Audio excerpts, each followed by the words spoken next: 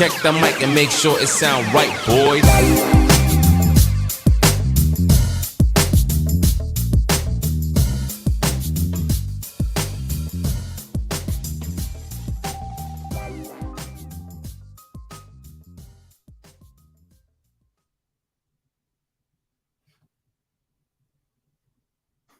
Welcome one and all to the Defiant Takes Football Show.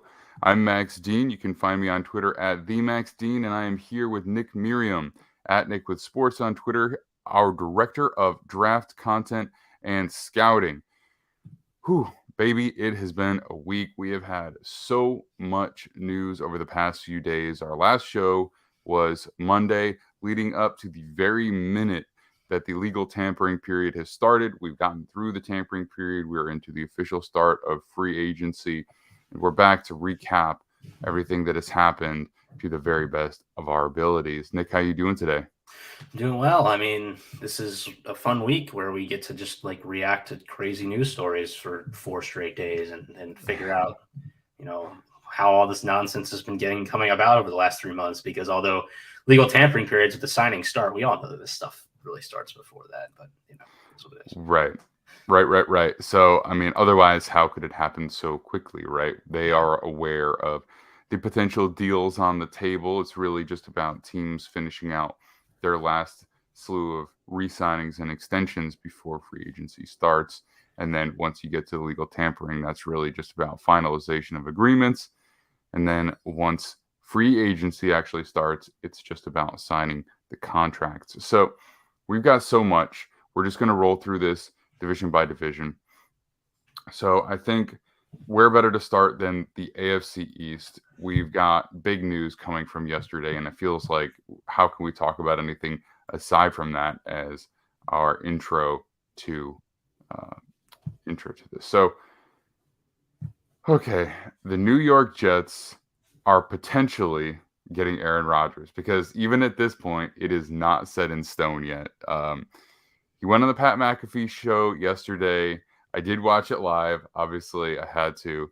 And he says that, yes, 400, 500,000 people live on the Pat McAfee show. Wild times. But, it's funny. This whole thing is comedy at this point. I mean, truly, he starts by basically Aaron Rodgers, he's a special guy. He is well-spoken and honestly quite long-winded. If you've ever really sat down to listen to him talk, he does take about 5 minutes to ever get to any single point. And it's very careful and it's very specific. He starts off by listing all of these different guys who used to be in the Packers front office, and then who's there now. And just when you think he's about to get to his point, he starts listing off some more guys. And then finally, he gets to the point where he says, yeah, essentially, I think this is all pretty formulated, to be honest. But he gets to the point where he's like, okay, I was thinking about retirement when I went into the darkness retreat. And then when I was coming out of the darkness retreat, I kind of felt like actually I wanted to play. But when I came out of the darkness retreat, the Packers were kind of acting like they were already ready to move on from me. So at that point, it's really their fault that I'm going to be playing for another team here in the near future, which, they're getting into the minutia of that is exactly what he really wants. But, I think this is his end game from the get-go, and he's just trying to portray himself in the best positive light. But the biggest things to come out of this are that he intends to play for the Jets, and that the Packers apparently are holding up the agreement because they want additional draft compensation, right? So that's the headline. He wants to play for the Jets. The Jets are trying to get him, but he wants the Packers to get it done. And I believe that this was him trying to push the Packers into accepting a lesser offer, because by putting them kind of on the pedestal there and saying, hey, look, the only reason that this isn't done and you guys don't know what the draft compensation is for me is because the Packers are digging their heels in, I believe is how he phrased it. So What do you think about this news? Obviously, we'd kind of been expecting this for a while, but what's your take on how it all went down? Well, it's kind of weird because neither side, I think, has like a whole lot of. I mean, the Jets probably have better leverage, but it's not great. Like the Jets need Aaron Rodgers to play for them at this point. Like it's not. They're not in a good spot if he doesn't, right? So they need this trade to occur. Green Bay needs this trade to occur because if he doesn't play for the Jets, he's going to retire, and they're not going to get any trade compensation for him, and that's also really bad. So I think ultimately, based on like what I've heard from some separate people, it tends to sound like the Jets expected they were going to give up a couple of day 2 picks because no one else was going to be in the bidding process, and that's what they were going to get. And Green Bay, now not knowing initially that maybe a trade was going to occur, has jumped in and maybe there was like some early discussions and like, oh yeah, we're going to maybe trade him to the Jets, and the Jets are aware of this, and we haven't named our price, and the Packers are like 2 firsts. And so they're like very wide apart on discussions is what I'm assuming. And I think it'll be interesting because I don't know that Green Bay is going to go below 1 first or like a first that's, like a, what's it called? Where like conditional pick where it'll be a second that could become a first if something happens. I think likely all of these things are probably going to happen in next year's draft, not this year, because I think the Jets are not going to want to give up 13 because it's kind of a high draft pick for where the discussions initially are. But that's ultimately, I think what's going to end up happening is you're going to see like a third this year, a second next year that has conditional if they maybe a first, and it's probably going to be like plays this many snaps and wins like it's going to have to be like multiple playoff games, right? Because just I can't imagine that the Jets would be like okay with just being out in the divisional round once they add this player. Well, I think more likely than not, this is literally the exact package that I talked about way back in the very beginning of these conversations. Because the issue with Rodgers is his age and the fact that you don't know if he's going to play another year after this. Mm-hmm. So you can't be giving up 2 first-round picks for a player who might play 1 year, right? So that was really never a realistic conversation. I also don't think the Packers have any expectation that they're going to get that. I think this is really just a face-saving move so that their fans are not upset that they sent Rodgers out of town for basically nothing. And so what I expect it to be is something like a second and then maybe a conditional first, or a third and maybe a conditional first. So, but the conditions of the first next year would be, is he still on the active roster like at a certain point, and he has not announced his retirement, essentially, because you can make conditions based off of all kinds of things. So if he intends to play, and the week before the draft that he still actively, is saying, I'm going to play for the New York Jets in 2024, then that pick becomes a first round pick. And I think that makes sense for everybody involved. And I think the Jets are probably trying to make even that not be the case. They're probably trying to get a third and a second, or maybe a second and a second. Not sure, but that's what the Packers would probably be hoping is the middle ground that they are met with. There's no way this is going to be 2 first-round picks. There's just zero chance of that. No, yeah, absolutely. I agree with that. So the Packers are moving on to Jordan Love. It's kind of been assumed for a while. The New York Jets are likely getting Aaron Rodgers. I mean, I think this is going to be fun to watch, right? Because the Jets just need a few pieces on the offensive line to really round out what is a quite talented offense. Right? They've got young players. They've got Elijah Moore. They've got Garrett Wilson. They've got Breece Hall. And they've got now Allen Lazard. And I do suspect that Corey Davis is more likely than not going to be traded because his cap hit is relatively low. You're probably able to get something in return for him. So just because of the amount of news that we have here, I think we'll probably move on from the Aaron Rodgers saga. But is there anything else that we want to touch on with this particular headline? Just it's nice to continue this discussion about like how does a veteran quarterback going to a good roster look again? Like it didn't work with Russell Wilson. It did with Tom Brady after a year. It took a little while for that to like sync up, but when it did, they won a Super Bowl. With Matt Stafford, it worked. Obviously, they won a Super Bowl, but I don't know if it was like as much of an upgrade still that the Rams wanted. So it's just going to be interesting. I think the reason this team is not going to be like the favorite in the AFC and early odds have them as like the fourth favorite is because it is going to be new, right? It's going to have to click, and they might early season be like 2-2 at the end of September, and have to figure some things out. And they could have that Tampa Bay type curve where like they end up 11 wins. They look good at the end of the year, and they just have to get hot. And if they do, they'll win the Super Bowl. But that's it. This is a crowded AFC, and you have to have this type of quarterback to contend in it. Well, I think some of the pacing will be maybe bolstered because for a few reasons. One, the scheme is going to be the same. He already has this has had this offensive coordinator previously, and hadn't been the case in any of the other situations, right? Like you had never. Yeah, but had I mean, Brady it wasn't Arians really.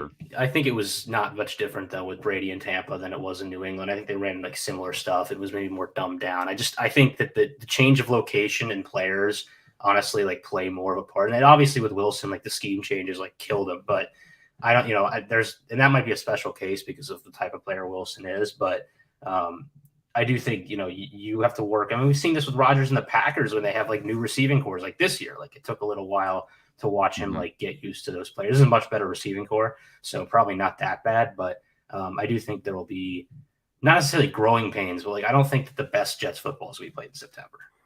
Yeah, and also Aaron Rodgers is washed up, yo. I mean, I hope not. I hope not. We don't think this. I don't think Aaron Rodgers is washed up yet. I think he had an injured hand on a team that wasn't as good last year. And I've also been saying get Alan Lazard on the Jets and move on from Corey Davis because I don't think there's a huge difference in terms of the player. The price is probably pretty similar, but also there's a familiarity there, which makes a big difference. Yeah. That was maybe the one thing I don't think Alan Lazard's very good, but I think he's fine. I think he's fine, and I think if you have your number one is Garrett Wilson and your number two is Elijah Moore, and then you have Breece Hall as your running back, I don't think that there needs to be a huge difference between. I don't think there needs to be like this huge difference between your number three receiver, right? Which is essentially what Corey Davis should be on a receiving core that talented. And so it might as well bring in the guy that he already has familiarity with, and they play similarly. Corey Davis is a little bit more of a route runner. Lazard's a little bit more of a deep threat, but they're both able to block effectively, which we can just touch on Lazard here as well. They're both able to block effectively, which I think is an important position on that team that would have been filled by Davis and now can be filled by Lazard because neither Garrett Wilson nor Elijah Moore is really big enough to be an effective blocker. Maybe get in the way, but they're not moving anybody. They're not moving DBs out of the way. So, but yeah, I mean, I'm fine with it. It's $11 million a year, right? That in the wide receiver market, that is, yeah, I mean, that's pretty inexpensive. As long as we're not talking about him getting like Christian Kirk type money, I'm okay with that. I mean, he's getting paid the same money as Juju and Jacoby Myers. And exactly. I think those players are like at least a tier better than him. But I think that's the problem with the receiver market now at the secondary level is it's kind of like the quarterback market with like a lack of a secondary market. There's a lack of a tertiary market with receivers. You're paying $10 million for these guys, right? But those are slot guys, and they're always gonna get. Juju can go in and out, and Myers is not. Myers is an outside guy. Think so? All right. Well, anyway, I think Myers is just. The Juju, we could have a discussion about like how good he really is. I think Myers is just an underrated player like throughout the league, and that's just a whole other thing. But it is what it is. That's Lazard's been on winning teams, and Myers hasn't. So it's been a slight overpay, perhaps. But at the same time, if that makes Aaron Rodgers happy, then I think that is a small price to pay. As long as you're not going out and signing the Mercedes Lewises and everybody that was reportedly on his list, which I don't think that's probably true. I think that sounds like a media narrative because, he can be a tough guy, but I don't think he's not an idiot, right? So I don't think he's trying to load up his roster with, older players. I think that, maybe if they feel like it's important to him that they feel like he cares about them and he's making the effort. But I don't think he's sitting there saying, "I'm not going to come unless you sign Mercedes Lewis." I don't think that's what's happening here. All right. Oh, okay. So let's talk about what else we've got going on here. The Miami Dolphins have signed a few guys. We've got Raheem Mostert. They also signed Myles Gaskin, so they've added a couple of running backs here. And I believe they also re-signed Jeff Wilson, if I'm not mistaken. Let me just check on Raheem Mostert. Yeah, Mostert's back. Salvon Ahmed's back. Mhm. They just kind of brought back their 3 running backs, and Miami really wanted. I think the fan base really wanted an upgrade at the running back position. Look, I think Raheem Mostert's like a really good back for that scheme. Like, I think he's like a really good player. I think some people wanted Miles Sanders, and I honestly think Miles Sanders is maybe just like maybe a shiftier, slower version of Mostert, which doesn't necessarily work as well with what they do. Like, I just, paying money for that doesn't make sense to me. So I think this is good. I think that, they're going to have to continue to try and upgrade the offensive line in the draft. And I don't know how much money they have left over, but they probably are. They got to be looking for some of these buy low options on the O-line. A lot of them kind of have already been signed. Teams really hit O-line hard. So I'm interested to see what their plan is with that going forwards. Yeah, I mean, they signed Dan Feeney here as well, who was a former Jets offensive lineman. He was drafted relatively highly by the Chargers. I want to say 3rd round. He's never that good with them. 37th overall, maybe. I think he was like second round. Yeah. Second round could have been. And they drafted him to play guard. He never was particularly good. The Jets brought him in, and he was a little bit better as their backup center. He got some playing time there. So he's a good depth guy who can do guard, center, but he's not a guy that you want to have in on a regular basis. Definitely not a player that you want to start, especially in front of Tua.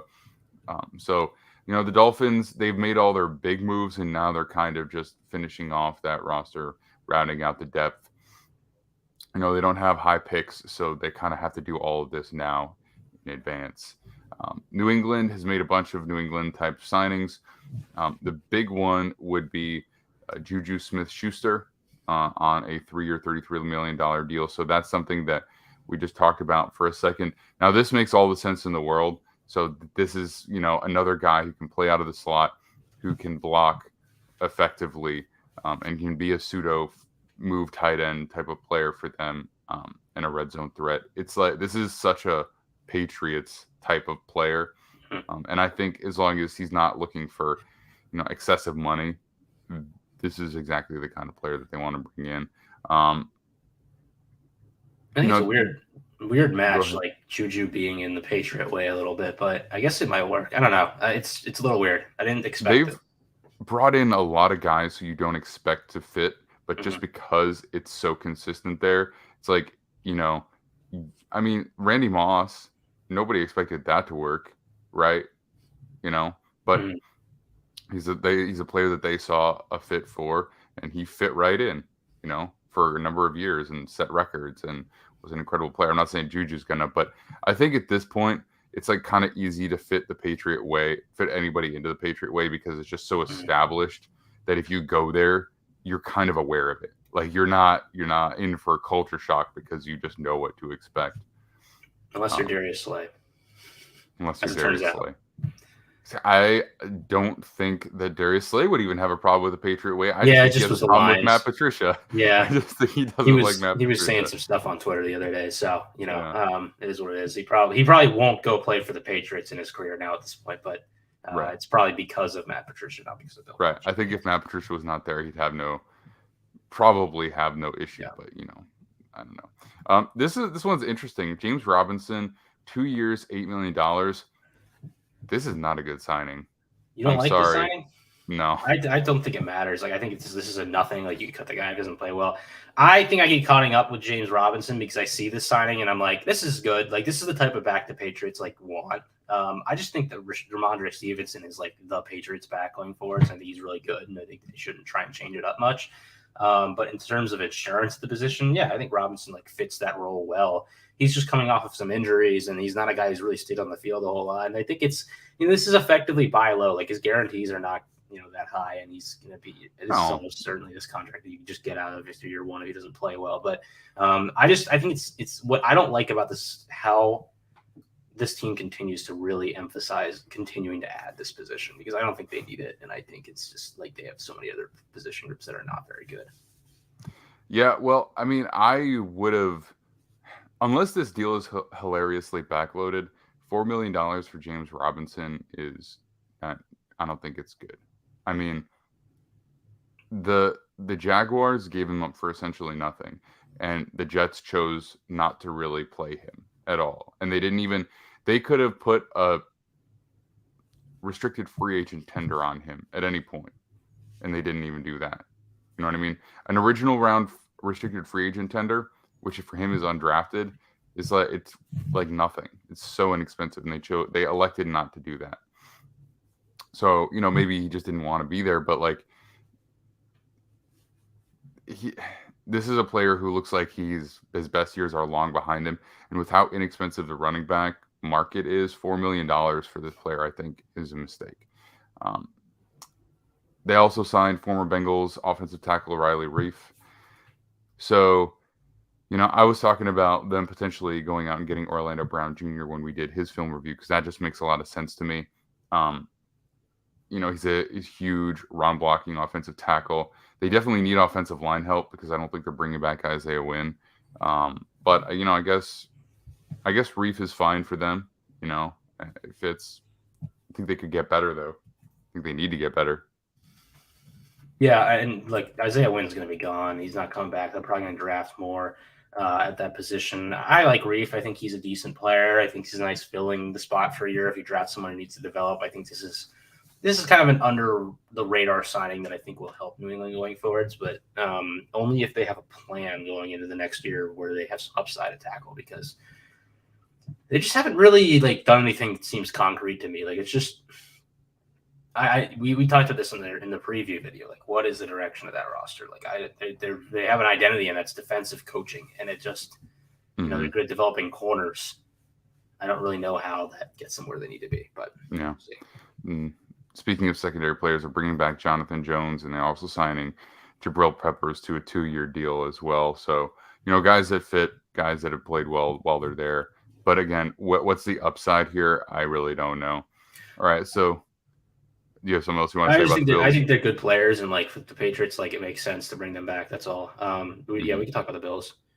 All right, so the big one is they are re-signing safety Jordan Poyer. So I haven't seen what the details on this are, but I literally mentioned it on the show last Monday about how, again, I forget if it's his wife or girlfriend, but she was basically saying on social media, don't count us out. We might be back actually.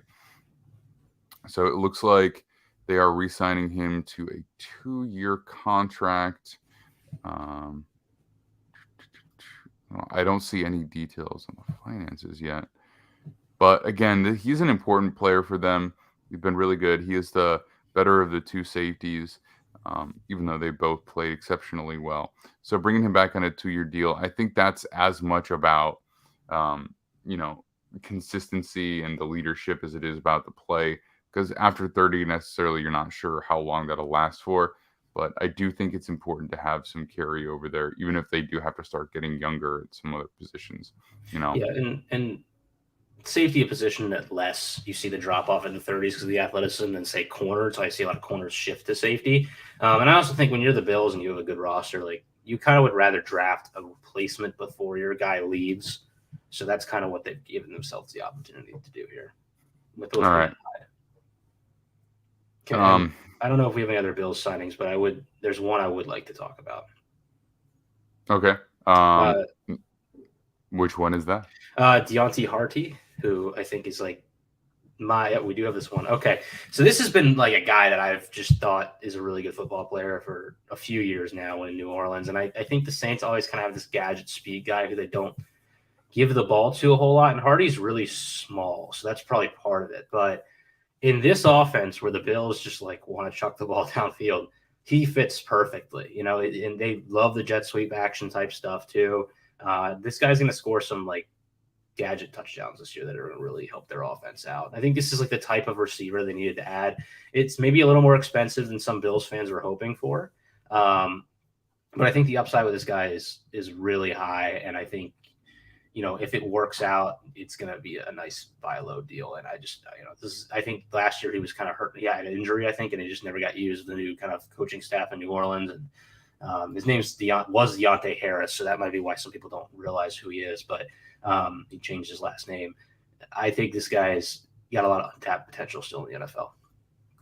Yeah, I agree. I think that they've made some nice roster moves. I don't think that they can go kind of crazy with anything because they have a lot of expensive players between Von Miller and Josh Allen and Stephon Diggs. They've got some pricey players, and then they've got a fair number of kind of mid-range guys. For a while, they had a really good team built up because they had all of these mid-range type signings. But now that they have kept a lot of those guys and paid some top of the market type players, they don't really have a ton of flexibility.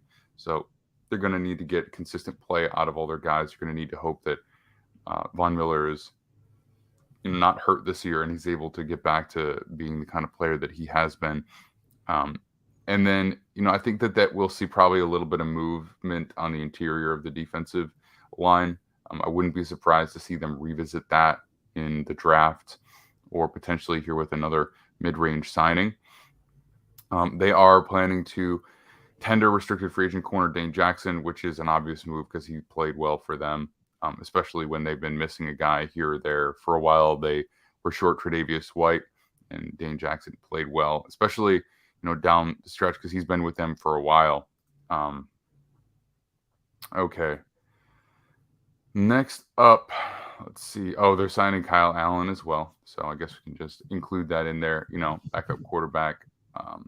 Let's take a look at the AFC North. And the big one here is the Chiefs sign tackle Orlando Brown Jr. for a 4-year, $64 million contract. So he comes over from the Chiefs, and he is now a member of the Cincinnati Bengals. They've needed tackle help. So, what do you think about this signing in terms of scheme fit? Because I was kind of saying that I think that a team that runs the ball a lot is a good fit for him. But, he's able to get it done in pass protection as well. So how do you like the matchup? I don't think he has a scheme fit. I think he's kind of showing you that he can do everything. He's a guy who's basically been like a solid tackle, both sides of the offensive line throughout his career. He hasn't really had like an elite season. He hasn't really had like a bad. He's just very consistently good player. And he's been in the scheme in Baltimore where it's run the ball nonstop, and he's been in the scheme in Kansas City where it's throw the ball nonstop. So he can do both. And they both were gap schemes. That's what this is. So he's going to kind of fit in that. It's like a power scheme, right? And that makes sense with kind of his size and lack of really overall athleticism. I think it's a better scheme fit than maybe some people will give it credit for. I think it's going to work fine. I love that the Bengals, first of all, like this is like an affordable contract. Orlando Brown lost out on some money not signing last offseason. But really the big thing here is the Bengals invested so much in their O-line last year. It got better, but maybe not where they wanted it to be quite. And then they go back to it and they continue to add there because they need to continue to upgrade. They're not going to, fall for sunk cost fallacy here. They're going to make sure they get better players regardless. Yeah, the signing bonus is over $31 million, which is massive. Yeah, it's big. So essentially they are fine. Like he's a known commodity. So they're willing to invest that money in early. And that is probably how they got this done for a low annual value, because $16 million for a starting tackle, that's below market right now. And it does kind of show that he maybe isn't elite, but he is good, right? Like there's a trust, a reliability that they feel with him. And that's why they're willing to invest early. But the overall numbers are pretty low for what he had been looking for and what a lot of people expected him to get on the open market. So I think good fit there. The Ravens are. Is that it for the Bengals? Yeah, the Bengals, they've got to re-sign their own guys, so I'm not surprised they're not active free agency. They also haven't necessarily been for the majority of their time. All right, the Ravens are giving quarterback Tyler Huntley the lowest tender possible. It's a funny way to phrase it. But yeah, essentially, I believe that's a restricted free agent tender for an undrafted player. I believe Tyler Huntley was undrafted. But double check on that. He was. Yeah, all right. He was. So it's an original round tender, which is basically for undrafted. So they're bringing him back. Again, he played well, especially given what you'd expect in his backup role to Lamar Jackson. They are continuing to spend money at the running back position as they bring back Justice Hill on a 2-year, $4.5 million deal. Like if you showed me this and said this is what James Robinson signed for, I'd have been fine with it. I believe they also reduced the salary of Gus Edwards, if I'm not mistaken. So they've kind of got their three-headed monster between Hill, Edwards, and Dobbins, J.K. Dobbins as well. So they've got those guys all coming back. They do not plan to tender a restricted free agent Geno Stone either. So that's where we've seen. We already talked about them trading Chuck Clark to the Jets. So they have done some minor roster reshuffling. I believe they also released Calais Campbell, which is something that we're doing here. So what do you think about the Ravens set of moves here?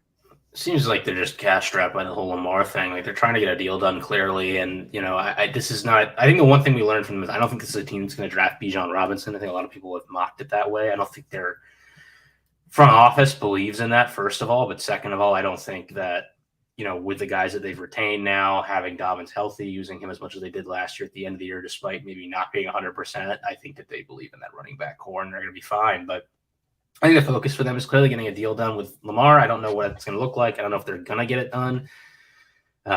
Lots of mixed signals coming from that. If I were to predict right now, I think he still plays on the tag. And we're kind of back here next year, kind of looking at the same thing. But, yeah, I mean, they're doing what they can to make sure that they have a similar roster coming back, and their focus is going to be more on the draft for adding players. Yeah. Yeah, I mean, we'll see what happens ultimately. We'll see if he gets an offer sheet because that's really kind of like because if it's offered, he's either going somewhere else or he's getting extended by the Ravens. Right? Yeah, and I just don't know who would do that at this point. So that's what's tough for the Ravens, I guess. Yeah, it's just going to be tough negotiating with him from afar, but there's time yet. So if somebody decides that they want to get in on that, it doesn't have to happen right now. So we'll kind of see. The Browns, they've agreed to terms with tackle Dalvin Tomlinson. This makes all the sense in the world. This is the kind of player that they needed. So even when I was referring earlier to in our film breakdown of Brian Bresee about the Browns needing interior defensive tackle help, this is exactly the kind of player that they needed. And so it makes all the sense in the world. They also have released safety John Johnson. I need to see if they released Jadeveon Clowney or if that was a void. It might have been a void type thing. Yeah, I'm not certain. They made some signings though too. They made some pretty decent ones. I believe Juan Thornhill, right? As an addition, I think they did pay a lot of money for Dalvin Tomlinson, who is, a fine nose tackle type player. I think he's a good player. I don't know that I would have given him that much money, but they really have a need at defensive tackle and needed to get guys. So it makes sense they get Ogbonnia Okoronkwo, which I think was a nice deal for a guy who's going to play edge and it's going to be. He's really shown a developmental upside. He's been a really good DPR past few years, and he's going to get a shot maybe to start here and really play, and we'll see what he looks like. Definitely worth kind of the paid downgrade from Clowney to him, I think, based on the way the market is edges these days. But I really like the Juan Thornhill deal. I think this is a guy that, for some reason, the Chiefs played Daniel Sorensen over him for like a long period of time. The 2 years they won the Super Bowl were the years that they like used Thornhill more in the defense and in like their nickel, like they started him. In fact, they played him the majority of snaps, and he's just been like a really good, like solid player, like for years for them, and a 3-level impact type guy who knows what he's doing, and just he was a higher draft pick too. He was an early 3rd round pick. He just didn't ever. Might have been a late second, actually. He just never really became like a full-time starter. I don't know if there was something else going on there that prevented him from playing, but when he did, he was good. He just didn't play a whole lot. And now the Browns presumably upgrading from John Johnson to him. John Johnson kind of struggled the past couple of years after that contract.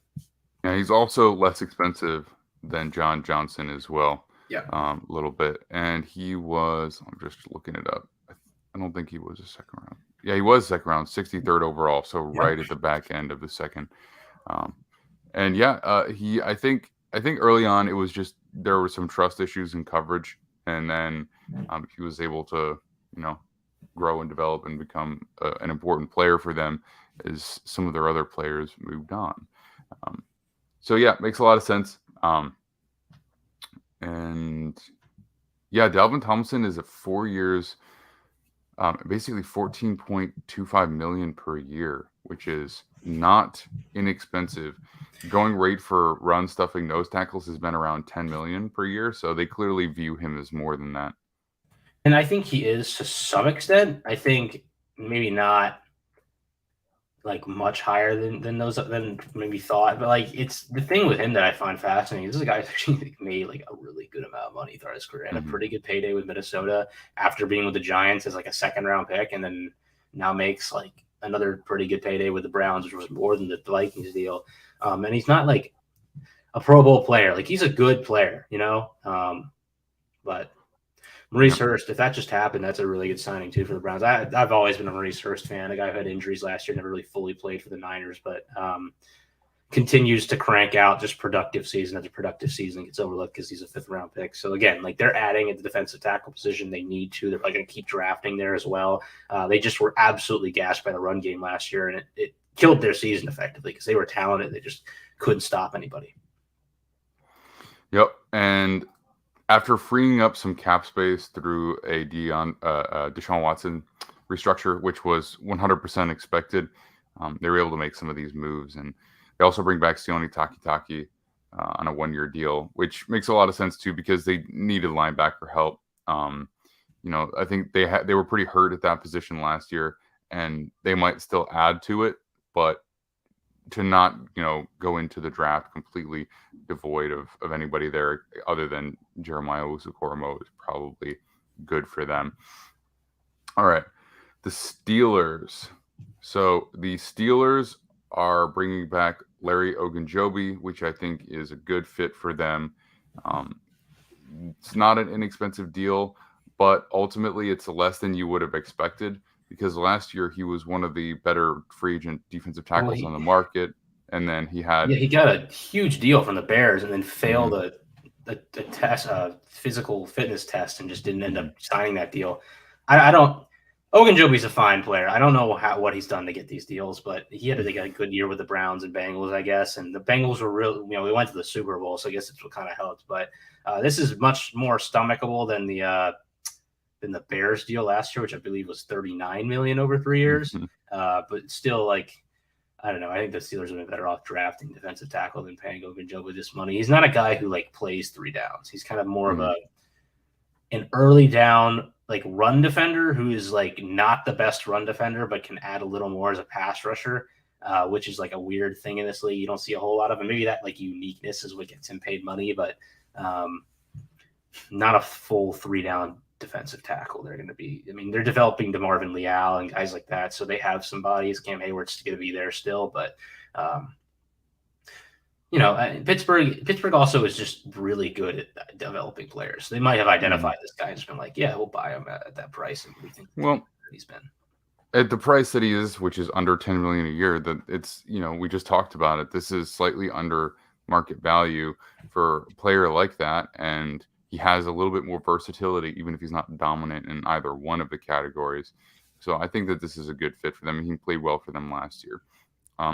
They are also signing safety DeMonte Casey, to a 2-year deal, which is nice.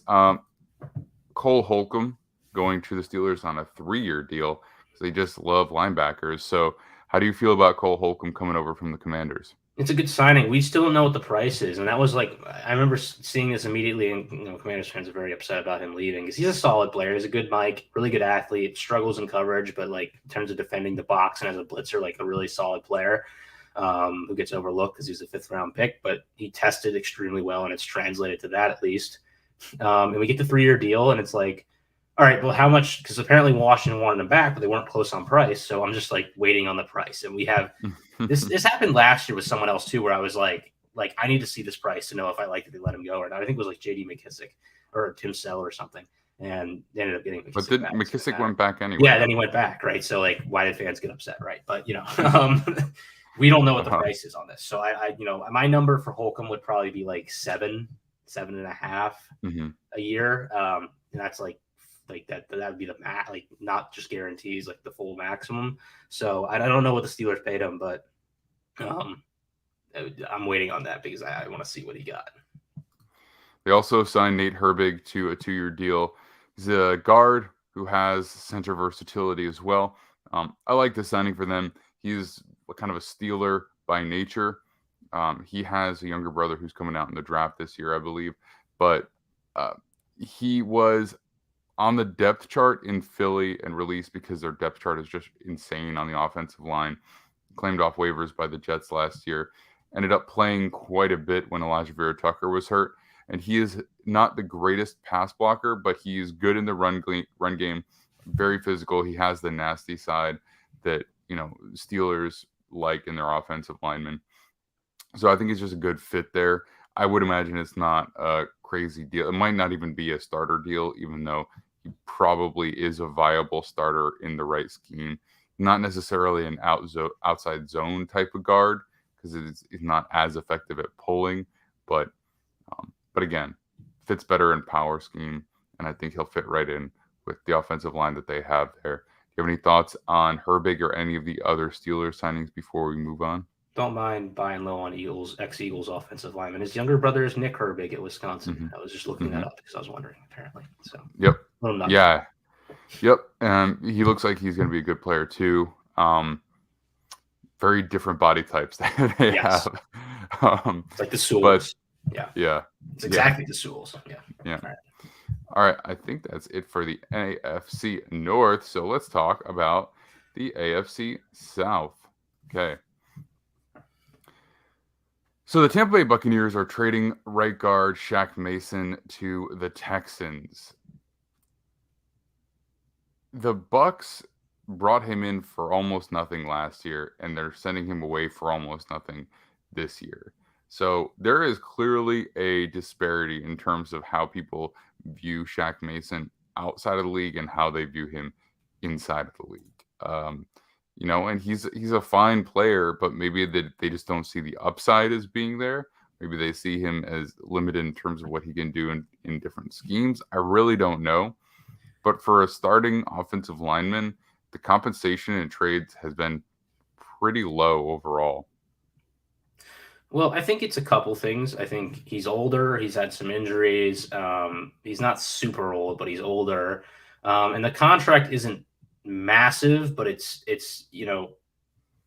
bigger at guard. And a lot of teams don't like to buy high on like guards. Like it's not a thing that happens unless you're really going to max out a contract like you saw with Atlanta with Chris Lindstrom this year. This is kind of in the middle where it's like you have to pay a guy. He hasn't played for you. And I don't know. I think teams like drafting 5th-round guards, trying to figure it that way. Mason is a good player. I think he was not as good last year as maybe people thought he'd be, moving from Tampa to New England. But this is a good get for Houston, I think. I mean, they're shoring up their front, and their O-line looks like really good right now for whoever ends up playing QB for them next year. Mm-hmm. Yeah, I mean, they've got their right tackle in Titus Howard. They've got their left tackle in Laramie Tunsil. They've got, I believe, their left guard in the kid from A&M that they drafted in the first round last year. Mm-hmm. His name is escaping me. Now they've got, Kenyon Green. Then they've got their right guard in Shaq Mason. And they had a center last year. I can't remember if he was a free agent or not. But they're rounding into shape. They're putting together a quality offensive line for what is assuredly going to be a quarterback that they take second overall. So I think John makes a lot Michael of sense. Schmidt's very much on their radar. They could be drafting him as a starting or developmental center behind Scott Kessenberry. We'll see. Right, Casemiro, that's right. So, okay. They also have signed cornerback MJ Stewart to a deal to play opposite of their first-round pick last year. Fix that slightly here. Their first-round pick last year from Derek Stingley. Derek Stingley from LSU. And then let me just fix this typo here. And then they also have signed Sheldon Rankins to a 1-year, $10.5 million deal. This one makes a lot of sense to me as well. So he played for the Jets last year. The last 2 years, actually, played quite well in Robert Saleh's scheme, especially this past year, which is going to be essentially the same scheme that DeMeco Ryans is now running in Houston. So it makes a lot of sense that they would have brought in a successful player from either the Jets or the 49ers to play there and kind of start converting their scheme away from what Lovie Smith had been doing. They have agreed to a 1-year deal with edge rusher Derek Rivers, bringing in Cowboys wide receiver Noah Brown. They're signing Tevier Thomas. So, I mean, they're signing a lot of guys. They were really in a holding pattern for a very long time in terms of actively adding talent to their roster. It was just minimum 1-year deal after the minimum 1-year deal. They spent some high draft picks on players this past year. They will again this year. And now that they've got the coach, which they expect to be there for a long time, which is kind of crazy that they operated for 2 years without that. But now that they are, now that they're in that position, they're starting to invest financially again beyond what they had for the past couple of years. So how do you feel about these players that they've added on the defensive side of the ball? I like it. I think they're doing like a decent job just buying some relatively cheap deals and doing what they can to shore up this roster. I think Houston's not going to be an absolute dumpster fire this year. I think they'll be maybe not very good, but if Bryce Young comes in and plays well, like they're in a very good division. Like if they finish second in the AFC South, I wouldn't be shocked. Mm-hmm. Yeah, I mean, it really depends. If they end up with Bryce Young, you would think that they have a real chance to come in second. If they get one of the more developmental quarterbacks, it's harder to say. I think we clearly expect the Jaguars to be the best team in that division. Mm-hmm. The Colts are a team that disappointed this past year, but they could definitely have a bounce back here. Yeah, I think they're going to have some growing pains just because they're going to probably have one of those developmental QBs. Tennessee, I think we might have a year here of like kind of sorting things out. Yeah. So speaking of the Colts, they have well, I guess we should start with the big news. They have officially cut Matt Ryan, which was to be expected. I believe he even still had some small amount of guaranteed money on his contract. So Matt Ryan's going to get paid to hang out if he doesn't want to resign. And I'm not sure how much money he'd get because there's probably offset language in that. And maybe the Colts are just trusting that somebody's going to want to bring him in and absorb a little bit of that. But again, expected. Didn't really go how they had hoped last year, and they are going to be getting younger at the position, notably. So I'm not sure how much there is to really say about that. So I'll let you do that in just a minute. But their big signing here is, well, I say big, but they haven't done anything too crazy. They're signing Taven Bryan to a 1-year deal worth $4.5 million. Bryan was a first-round pick of the Jaguars who didn't end up ever doing that much with them. He played okay last year. I think he was with the Browns. And he's really kind of a pass-rushing interior defensive lineman, but he's never had huge sack numbers, never had a huge pressure rate. So this is just kind of a depth signing. At $4.5 million, they may have him starting, but again, they have Grover Stewart, they have DeForest Buckner. So I guess this is really just to kind of accentuate Grover Stewart, who's really more of a run stuffer. Yeah, decent depth as a pass rusher. That's exactly what it is. Get a guy who can play on third downs. All right, wide receiver Ashton Doolin is re-signing for 2 years and up to $9.2 million, which is nice because they didn't have a ton of depth there, and so I wouldn't be surprised if they address this in the draft with another probably second, third round pick between Alec Pierce and Michael Pittman. They do have their starters, but they could use more in receiver. There's really no doubt about that. So making sure they've got some depth as they head towards the draft makes all the sense. Yeah, and he's got some possession deep threat ability. It's flashed, but this is really more of a special team signing. He's one of the better special teamers in the NFL. So, that's something that teams will a little bit pay a little bit more than you'd expect for sometimes. And they are making an investment in special teams as they bring back Tony Brown as well for $1.2 million. So this is a new coaching staff coming in and saying, we want to make sure our special teams are good.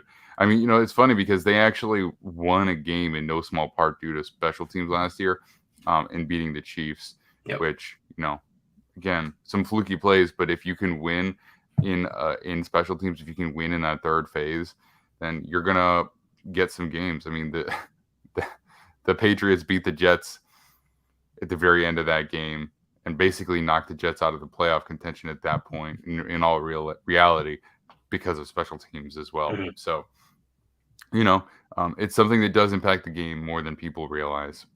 All right. The Jacksonville Samson Ebukam is reached an agreement on 3-year, $27 million deal with the Indianapolis Colts. So Ebukam comes back, and again, they need edge help as well. So they'd be going into this offseason with Kwity Paye and one of their other developmental guys that they had drafted at some point. So, this is probably their best edge rusher right now. I don't think Yannick Ngakoue is still. No, Yannick Ngakoue is traded. Oh yeah, free agent. Yeah. So he's a free agent. So. I like Kwity Paye. I think he's good. And we talked about Tyquan Lewis in the previous video. Like, I think they have some good bodies. They probably need like a number one guy who's like really good, and it's like Okoronkwo. Like, it's a relatively cheaper deal for an edge guy who can play for you. And he's not going to be, he'll be good. Like, I don't think he's going to be amazing, but he's played good snaps in the NFL for sure. Yeah. No, they do need a number one guy. I mean, 3 years, $27 million. That's where it maxes out. So, we're looking at under $10 million for an edge rusher. I mean, you can even get away with having that guy on your roster, even if he's not starting. So if they get their hands on, a more impactful player, I don't think that it even is an issue to have him as like a rotational rusher because that's just not too expensive for the position. But all right. The Jacksonville Jaguars, they have agreed to terms with their own safety, Andrew Wingard. We already talked about them bringing back Evan Ingram as a tight end. Doesn't seem like they're dipping heavily into free agency because they've already done that the past couple of years. They've spent a fair number of high draft picks, and so they kind of have their team in place. They were able to make a trade for Calvin Ridley. They have their offensive line pretty much established at this point.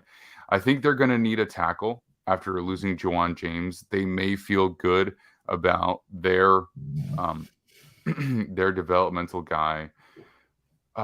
Walker Little. He played okay in relief duty, but you're going to need to see a little bit of a development curve from him if you want him to be your starting tackle. But maybe they have faith in him. Maybe they really like him. If that's the case, then they just need depth. But otherwise, I got to keep an eye on that spot. But this team is pretty well set. I mean, they released Griffin at the corner position, so they could probably use more in terms of secondary help. But nothing that's impending. Nothing that is driving them to make major signings right now. They re-signed non-tendered RFA Devon Campbell. So again, relatively minimal deals on the Jaguars front. They haven't really done too much. Any thoughts on some of these guys? they're just really young, this team. Like, they need to take some time and see where they are. I think that's the problem with paying all this money is they were better than they thought at almost every level last year. So they're kind of like riding that high of like, okay, we're on the upward trend and things continue that way. They'll be awesome this year. But you would expect there's some cap on how much their young players can develop, at least across the board. Some guys will really, like, I think Tyson Campbell's going to be a star. But like, other than that, like next year when they have more money again and they can start loosening some of those contracts they just dished out, they can really get back into the free agency game and fill some spots when they have a quarterback position locked down the way they do long term, at least. All right. As we close out the AFC South, we have the Titans, who are expected to sign offensive lineman Daniel Brunskill. They've also agreed to terms with defensive lineman Arden Key on a 3-year, $21 million deal. They are expected to sign former 49ers defensive lineman Aziz Al-Shir. Actually, he's a linebacker, isn't he? Yeah. And then also former Cowboys linebacker Luke Gifford to a 2-year deal worth up to $5 million. So they're trying to reset their linebacker position a little bit there. Did they already release what's his name? That they Cunningham that they picked up from the Texans off waivers? Yeah, he's gone.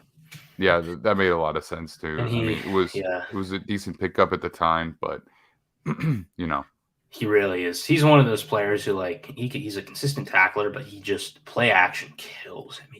He just does not have the ability to recover from stepping up against play action. He gets diced up by play action offenses. So, signing a bunch of 49ers players, not a bad strategy. I'm especially a big fan of Arden Key. Like, I think Arden Key has been a starting caliber edge player for a couple of years now. Did a lot of good things for Jacksonville last year. And at that price, I'm surprised they got him for that cheap because he's a good player. Like, he was at one point a top 10 prospect and had some off-field concerns that led to not the best final season at LSU, and it tanked his draft stock. And he's turned his career around. Yep. They're in a bit of a holding pattern. They were able to add some talent here. They are going to need a tackle. I don't think that there's going to be a mock draft that doesn't have an offensive tackle going to the Titans at 13th overall or 12th overall, I think. 11th, excuse me. In that range, Jets range, we know, yeah. So I just don't think there's going to be a mock draft that doesn't have a tackle going to them from now until the end of April, and that makes a lot of sense. And it's kind of tough because I look at that roster and I just think they need receivers, they need corners. I don't know if Tannehill's a long-term quarterback guy. I don't seem sold on Willis. They probably need interior defensive. Like, this is a roster that I think quietly has a lot more holes than people are thinking, and this is like the long-winded way of me saying, like, I just don't think they're going to be very good this year, and I think Vrabel has, like, gotten himself to a point where he can buy a year of rebuilding a little bit, especially with a new GM. So maybe they might be swinging at a quarterback in this draft more than people think. We'll see. Could be the case. I think, they just don't have a ton in terms of assets to trade away for draft picks either. Yeah. I mean, you can't move Jeffrey Simmons. He's too important. He's too good. You got to hold on to him. But they just don't really have anybody else that they can move on and accumulate a little war chest. So if they do trade up, it's going to be at the cost of adding depth and some of those other positions that we were just talking about. So if they do that, it's definitely going to be a multi-year effort. All right. We're almost through the AFC as we hit the West. The Chiefs are signing defensive tackle Charles Omenihu to a 2-year, $20 million deal. This makes a lot of sense. He is a guy who played for the Texans and then ended up with the 49ers. Again, these 49ers defensive players are just proliferating around the league. This has so many guys who are good. They had a real eye for accumulating these players. And so this is a good deal for him. Chiefs haven't been super active in free agency at this point. Again, unsurprising because they have quite a few fairly expensive players on their roster, but this is a nice addition. So Nadi is their kind of nose tackle stuffer. He's still under contract, right? I believe so.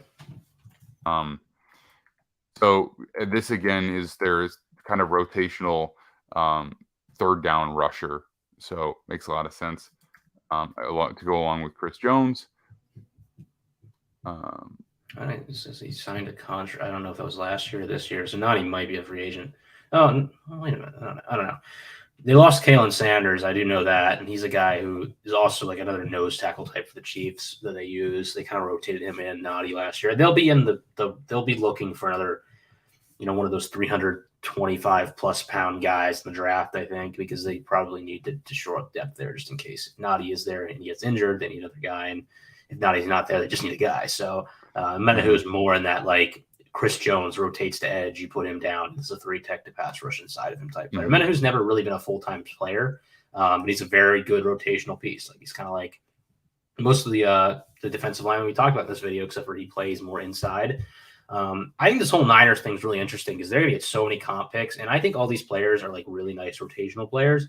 None of them are like full-time starters, and they're getting money as if they're going to play a lot more, and they might, but I don't think – like the Niners they're doing kind of what Green Bay has failed to do, where they have great players at important positions, and they're putting solid developmental pieces behind them who will end up getting contracts elsewhere, and not just relying on like the Nick Bosa's to get their pressure.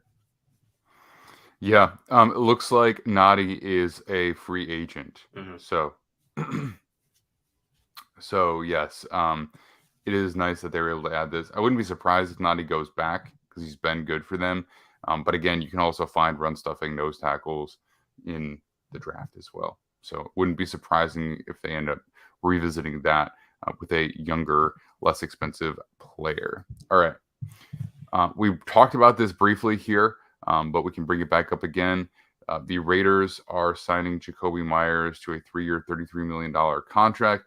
They traded Darren Waller, right? So Darren Waller is on the move off to the New York Giants. So their skill players now consist of Josh Jacobs, Jacoby Myers, Devontae Adams, Hunter Renfrow. Foster not Moreau. bad. And Foster Moreau. Yeah, okay, can't forget about Foster Moreau. But yeah. So, I like it. I mean, a little different. You're paying Adams a ton of money, so it's tough to like pay this much money for receiver. But Renfrow, obviously, rookie extension. I don't know.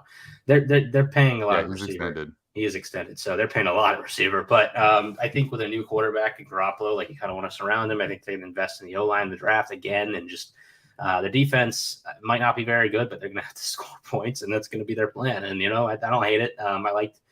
We'll talk about the Garoppolo thing. I think that was decent for them. But Waller, kind of older, injury concerns, best years probably behind him. I think that, going to New York is going to be good for him because they need we'll talk about that from the New York end. But from the Raiders end, I think getting like the 100th pick in return is not terrible. Like I think some people were like, this is a fleecing. But I think for a 30-year-old tight end who relies on athleticism, getting a day 2 pick is never a bad thing, especially when they really do lack talent in a lot of places. Especially young. No doubt. They are also signing former Steelers linebacker Robert Spillane to a two-year $9 million deal. They are bringing in Jerry Tillery, who's been a major disappointment in Los Angeles. Where did he go? He was claimed off waivers by somebody for a hot second, I think. I do not remember. I forget, but he just never developed into what they would have hoped as a first-round pick for him. They are signing former Patriot Philip Dorsett, or former Patriot and Texan. He's played for a bunch of teams. I don't know. Yeah. I'll list them all off. Yeah, I think he's played for like the whole AFC South. And he's kind of a deep threat receiver, right? Like that's kind of what he brings to the table. So, more receiver help. Look, you can't blame them for bringing in guys when there's a good chance that they might be looking at a rookie quarterback. It would be nice if they were able to bring in offensive linemen to help out with the rookie quarterback because I feel like that's something that they need. But I think this is right because the one unit they're closest to being good at is weapons. And so they're just saying we're going to be good at weapons at least this year so that it's not a disaster for whoever is playing quarterback. We're going to be good at weapons. I mean, this is I think the strategy teams should be applying because if you're going to develop a quarterback, you have to give them something to work with. And having like Devontae Adams and a couple pretty good offensive linemen is not a good situation. You'd rather have like a crappy O-line and, 4 guys who can separate. Mm-hmm. Yeah, well, I mean, I get it. So you want to be not mediocre at everything. You want to be good at something, even if you're a little bit weak elsewhere. Give them Because something then to you lean can on. lean into it. Yeah. Yep. All right. So the Denver Broncos are signing Texans corner kick returner Tremont Smith. They are also signing fullback Mike Burton. They are signing running back Samaje Perine from the Bengals to a 2-year deal worth $7.5 million. They spent a bunch of money. I need to pull up some of the other the other Broncos signings because they spent a bunch of money. They spent money on the defensive line, spent money on the offensive line. So if you can talk about these guys, then I'm going to pull up those other bigger signings. I tweeted something. I was like, "Oh, Sean Payton spending all the Broncos' money, wild!" And like, I think people's response to it was like, "Yeah, Sean Payton loves to spend money. Good for him." And I was like, "No, like this is the Saints again. Like he's going to spend all their money. Like they're not going to have any money." He's over. The Perine deals I think is great. Like this is maybe my favorite deal they've done. I don't know if I'm forgetting one, but like, I think Javonte Williams is a stud if he's healthy. And I'm worried about his ACL injury, like very worried because he's been banged up in the NFL and just, I don't know, like he's a big guy who can cut laterally and I'm a little worried about it. So if Javonte's healthy, like great 1-2 punch. But if he's not, Perine is a nice replacement, similar type back, like kind of a quick burst, bigger back who can, knock you over. And I think that's kind of what they fill in here with a backup here. And, maybe they're going to look for a third down type, but, Perine had a really good year with the Bengals last year. He's kind of changed his game. He's added like 20 pounds since he was in Washington and just become a different player. And it's worked for him. Yeah, I actually like Samaje Perine, and this is probably the best value deal out of most of these that they signed. So, Perine's good. I mean, he played a lot on third downs for the Bengals. Like you said, he played well in relief of Joe Mixon at times, and he's not super crazy dynamic, but he kind of does a lot of different things pretty well, and he's reliable. He's kind of a bruiser too. All right, are you ready for all these signings? I'm going to run through them real quick. So Zach Allen, defensive end from the Cardinals, goes on a 3-year, $47.75 million deal to the Broncos. Alex Singleton, the linebacker from the Eagles, goes to Denver on a 3-year, $18 million contract. Chris Manhertz, tight end, joins with a 2-year, $3 million deal. Jarrett Stidham goes on a 2-year deal worth $10 million. Mike McGlinchey, the tackle for the 49ers, goes on a 5-year, $87.5 million contract. Then we also have Ben Powers, the guard, going from Baltimore to the Broncos on a deal which I don't have the details for in front of me. 4 years, 52 max, I think. Yeah, I don't know what the guarantees are in the 30s or something, maybe. They're paying a lot of money on the O-line and everywhere, and just Stidham, interesting, like backup option if Wilson doesn't work out. I guess he definitely fits like the Sean Payton West Coast backup type that he always loves to have as a backup. But then like never ends up playing. The O-line thing's like fascinating. Like they really needed to shore up that position, but Powers, the deal makes a little more sense. I'm just like not a fan of paying a lot of money at guard, and I don't think he's like a great player. I think he's a good player. McGlinchey, the tackle markets converge a little bit where right and left side tackles get paid similarly, but I don't think McGlinchey is a $17.5 million player. I just think he's a good football player. The Niners scheme does its best to minimize the duties of offensive line and quarterback. And McGlinchey as a right tackle that probably gets attacked like more than I'm giving him credit for because Trent Williams on the other side has never really been like a high end player. Like he's a very solid player. Denver won't have any good issues, but I don't think Denver was lacking in like solid offensive linemen. I think they were lacking in like good offensive line. Like Garrett Bowles is a solid player. Like he's never really, he's like Charles Leno. Like it's like he'll give you years that are not as good. And I think McGlinchey in a new scheme might have similar type of play style. Yeah. I mean, they're better than they were. I can definitely say that. He has no hesitation to throw around that money. And I think they may face a situation next year where they're a little tight. The cap is supposed to go up because of the TV contracts. There's no doubt about that. But they also might rob themselves of the opportunity to use that if they decide that they need to move on from Russell Wilson. First of all, I want to say hi, Green Bean. Appreciate you joining today and checking us out. Talk to you soon. Hopefully, we've got to talk about this Aaron Rodgers news in the near future. Curious what you have to say about that. But if they have to release Russell Wilson after this year, which is entirely possible, this could be a situation where they have a pretty expensive roster and then have to completely reset at the quarterback position. Now, they'll have a lot of guys in place for the new rookie quarterback, and maybe that's kind of how they're viewing this. But, I think flexibility is probably not really going to be there for them for a little while. I'll really need to look at all these deals because just like looking at them at a glance, it's hard to say because you do need to know the way that these are structured and what the guarantees are. I just haven't had time to look at all of these yet. But the Broncos are an interesting team. And I would look at this less as going all in and more as saying, like, we've just got to get better to give ourselves a shot. And then we'll just reevaluate after this year. Yeah.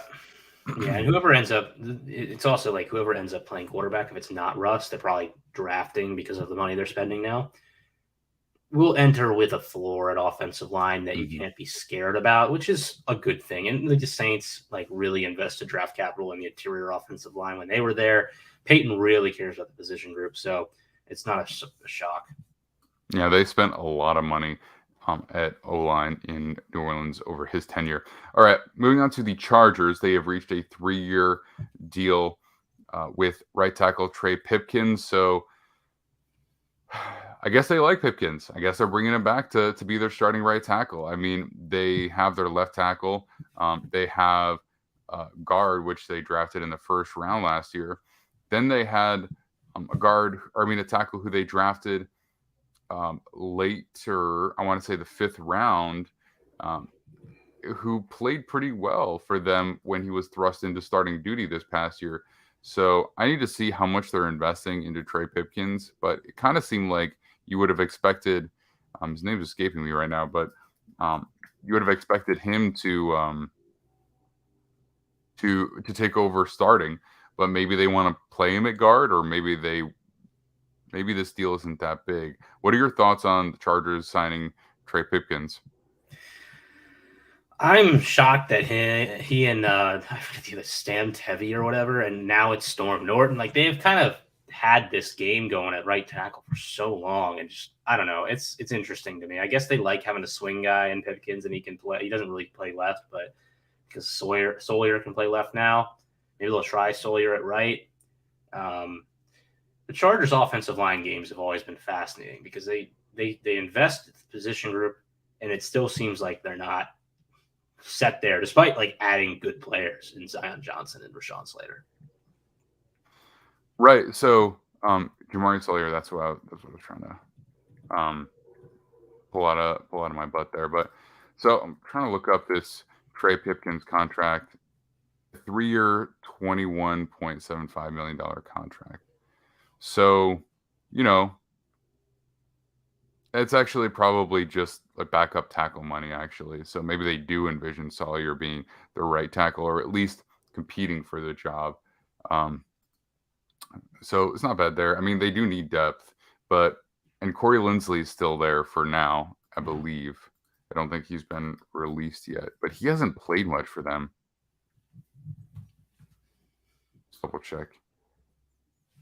So there. So, I mean, they have the makings of an offensive line in place, but I'm just not sure, what the final outcome will be. It's really going to depend heavily on what Rashawn Slater looks like in terms of how healthy he is coming back from his injury this past year, his biceps tear, which, usually you project that to be is either bicep or tricep. I forget which it is, but usually you expect to come back from that without too much issue as long as you just give it enough time to heal. It's not, it's not a ligament damage. It's not something that requires, like any real change in play style or anything like that. So they should probably be okay. But they've got to stay healthier. That is the very that's least. been their game for years, right? I mean, Mm-hmm. Chargers are snake bitten as far as that goes. They're releasing starting guard Matt Filer, so they may be looking for somebody at the guard position. It's possible that they could play Pipkins at guard, I suppose. Does he have any experience there? I don't know that Pipkins does, but this is just strange to me because the whole Filer game was so weird because the guy played guard and tackle for them, and in Pittsburgh he always, I hate to reflect on BFF grades, but I think the tape said this too. Like he was a better right tackle than he was a guard, and so they drafted Zion Johnson last year. I remember having discussions with the Boomer Bust guys, like, yeah, maybe they'll move Filer to right tackle and this will all work out. And he didn't really play a whole lot this year because I don't think left guard was like his initial position. They eventually moved him there because he was playing right guard before, and that's where Zion ended up. And now he's gone, and they're going to have to add more pieces on the O-line again this offseason. It just some teams like the Cardinals with wide receiver, right? Like some teams just like never get it right, and they just keep going back to the drawing board. And like that's what this feels like with the Chargers. Like the Cardinals had DeAndre Hopkins. Like the Chargers have Rashawn Slater, and they have another first-round pick at Zion Johnson, and still like Corey Linsley is going to be gone. Is he gone already? We expect him to get cut at some point because he's had all these injuries and his contract's big. So they might need a center. They're probably going to need a guard now. Sawyer might be their left guard.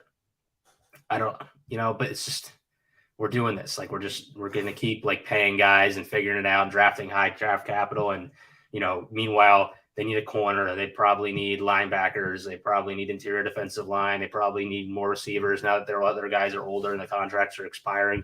Tight end has been a position people are mocking them. Austin Eckler wants to get traded. Like, I like the Chargers. And I think, people probably hate on Brandon Staley a little more than he deserves. And Tom Telesco has been like a really good drafting GM. But I think their free agency and ability to kind of add players outside of the draft has been piss poor, quite frankly. Yeah, it's been pretty questionable. They did agree to bring back defensive lineman Morgan Fox. He kind of plays inside outside.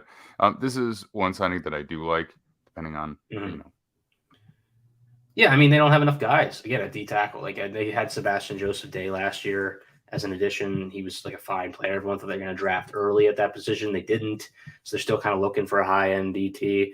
Jerry Tillery just was a guy they hold on to for far too long, and we're hoping the pass rush. They made him a third down player strictly. It never worked out. So that I really like. Jordan Davis was not at their pick last year. Everyone thought that was going to happen, and it just didn't. So back to the drawing board here. I don't know if Brian Bressee's there, if they'd be interested in that type of player, but he's also kind of a strangely similar player to Jerry Tillery, where he's like a better athlete than Tillery ever was, but like an athletic pass rusher type that needs to develop, and they need that. They would need that to happen. And they don't really want him to start, and he'd probably be starting because they don't have like good players there. I don't know. Morgan Fox is decent. Like he's fine. It's funny. I'm just reflecting off of what you said about their offensive line issues. You go back all the way to Tom Telesco's, I believe this was his first year in 2013. He may have been 2012, I forget. But 2013, DJ Fluker, they drafted at tackle in the first round. Didn't work out. Then I'm just going down the list because I know it's kind of a funny. They took Dan Feeney was a third round pick. I looked. They took Dan Feeney and Forrest Lamp on a 2-day 2 picks, and neither of those guys were like real starters in the league. Yep, Max Turk with the 66th overall pick they took in 2016 as a center. I don't think he ever started a game for them. Like you said, Forrest Lamp, Dan Feeney in the same draft, second and third. Neither of them really worked out. Dan Feeney's been the better of the two. And then, Scott Kessenberry, who is now playing center for the Texans. So he's probably their best pick leading up to Rashawn Slater. And that, so that's a long stretch without really bringing in any quality homegrown offensive linemen. and even though Zion Johnson was kind of a no-brainer pick, hasn't necessarily been, you know, a standout rookie, right? We need to see some development from him before we really feel good about that at this point. So if they do have a weakness in drafting, that might be it. And I was pretty high on Tom Telesco, and I'm like, Kyron talked me out of it a little bit because you do look, there are some definite swings, but I think if you hit Justin Herbert, you hit on a few of these guys, you hit Joey Bosa, you hit on Rashawn Slater, you hit on early picks. They don't really. It's like the Titans thing, right? Like, where's the day 3 steal? Not one, and it's like you're not expecting maybe to get a stud player at an important position in the 6th round, but you would at least like to see like a special teamer who gives you some snaps at slot receiver or something. And I feel like they found some like UDFAs, but they never stick around. Like they're not willing to invest in these guys that are really cheap and aren't like, they'd rather just upgrade. And it's like upgrade and keep like I forget the deep threat they had that was like really good that first year with Herbert, but they had, I completely blanked on his name, but they had like a decent receiver who like stretched the field and they weren't winning early, but everyone was like, oh, that guy will be great for them going forward as like an extra option. And they just cut him and he's never been back in the league, I don't know. Yep. I forget who you're talking about. I mean, I forget the name as well, but I know who you know you're what talking I'm talking about. Yeah. Yeah, that was kind of a surprise release, but I guess they're just like, Mike Williams is our deep threat. I don't know. All right. So that is everything for the AFC West. Let's jump over to the NFC. Starting with the East, we have some moves here. Ooh, that's the wrong one. Okay. Why not start with America's team? All right. The Dallas Cowboys are expected to release, or maybe officially already have, Ezekiel Elliott, running back, drafted 4th overall back in 2016.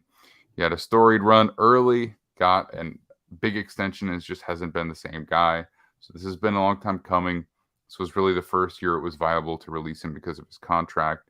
So they have Tony Pollard under contract now for this year with his franchise tag. So they do have a running back. They'll probably add somebody else to go along with him. And potentially even Ezekiel Elliott come back on a much lesser deal. We'll see. So, what is there to say but at long last? Yeah. It is They're still on the done. hook for money too. I mean, this is just cautionary tale in drafting running backs that high, man. I mean, he was a really good player, and they kind of fell into the idea that their immediate success the year he got drafted was more about him than maybe the quarterback change, or really not even change, just having one, because Tony Romo was injured the year before and paid him a ton of money, and now they're hurting because of it. And I think it's scary to think what they could be when they finally can clear the books on them, because they will have more cap space to develop what is already really a strong roster. Yep. All right. They are bringing back Leighton Vander Esch, the linebacker that they drafted in the first round a few years back, on a 2-year, $11 million deal. I think this is a good re-sign. $5.5 million per year, not bad. Out the gate, he looked like he was going to be a really, really good player. He had some injuries and then just was kind of never the same. Scheme changed along the way. I'm not sure how much that really had to do with it. But he just had a lot of range early on, and it just doesn't quite seem to be there as much anymore. So how do you feel about them bringing back Leighton Vander Esch? It's a good deal. I mean, he knows the scheme. He's been better since Dan Quinn arrived. And I don't think he's a world beater of a player, but he's a good linebacker. Hard to find, above replacement level players at this position. And he's not Fred Warner, but that is reflected in the contract, and they are going to need to add a little more because Micah Parsons is just a straight up edge rusher now. But this is a good start. They also acquired cornerback Stephon Gilmore from the Colts for a 5th round compensatory pick. I like this because they're a team that's trying to compete right now. The only thing is that there's always variance in corner play. It's something we talk about all the time. And Gilmore had a really good year this past year. So I just want to warn Cowboys fans, that's probably not what you're going to see out of him this year. He's good. He's probably going to be pretty good as your number 2 guy. He's not too expensive, but just don't go into the season expecting 2 shutdown corners because it's very, very unlikely that that's what you're going to get. Even if you have Trevon Diggs ascending, Stephon Gilmore is really going to be probably on the downswing of his career at this point.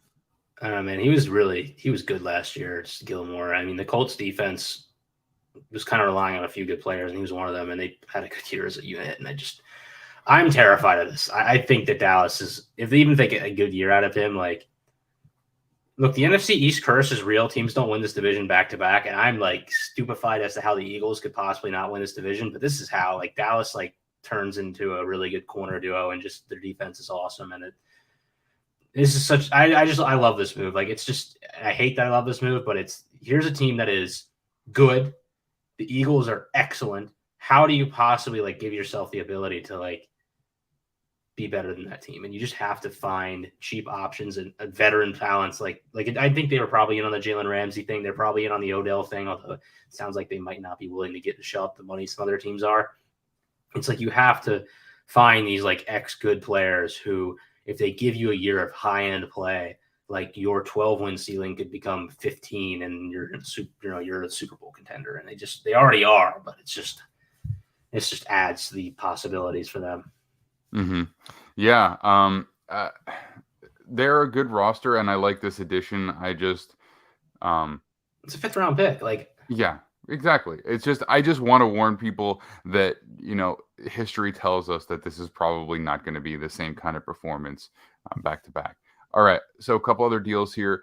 We have Donovan Wilson coming back on a 3-year, $24 million deal. They're also bringing back Tyron Smith on a restructured contract. So they're bringing back some of their own. They're not getting too crazy with their additions, which makes sense because, again, they've got a lot of good players. They're going to have a 1st-round pick to add to whatever position group they feel is necessary. They do have a tendency to go best player available. They don't really love to lock themselves into one position group. And for the most part, that's benefited them, and they've drafted pretty well. So I do expect them to be competitive again this year. You would think that the Eagles will still be the team to beat, but there's nothing here to suggest that they can't get it done. I think they need to add some firepower at the receiver positions, especially because they're probably going to be losing Dalton Schultz. You never know, but they're expensive enough that that's probably not a player that they can afford. So pass catcher, tight end, I wouldn't be surprised to see them add a little bit at some point, and then make, high investments at those positions in the draft. So, excuse me. Any other thoughts on the Cowboys before we move on to the reigning NFC champions? I just think that don't sleep on Dak. Like, I think people are just kind of being silly about a couple of bad performances at the end of the year. And, overall, maybe not his best season, but his worst performances were on national TV, and people react to that. Dude, this guy is so capable of going out and playing better than Jalen Hurts and being good enough that this team is the number 1 seed next year, considering where the NFC is. There's a lot of Cowboys haters out there. We try really hard. It's a tough job because there's so many Cowboys fans. But if we just rely on them being not very good and they show up and they win 15 games, it's going to be tough. So let's be realistic about this team. They're very good, and they have been. They won 12 games in back-to-back years. Mm-hmm. Okay. Heading back to Philly, cornerback James Bradbury is headed back to the Eagles on a 3-year, $38 million contract. Very reasonable. I'm surprised somebody didn't come in and outbid that, but it is what it is. So they have him. Darius Slay is expected to re-sign with them after being released. Obviously, they want to bring down his salary a little bit. We'll see if he's not offended at the release, because he certainly views himself as a top corner. Fletcher Cox is returning to the Eagles on a 1-year deal worth $10 million. Rashad Penny goes to the Eagles. They are bringing back Boston Scott, and I don't have a banner for it, but they're also bringing back Jason Kelsey for another year. So they're putting the band back together. Almost everybody here has been re-signed.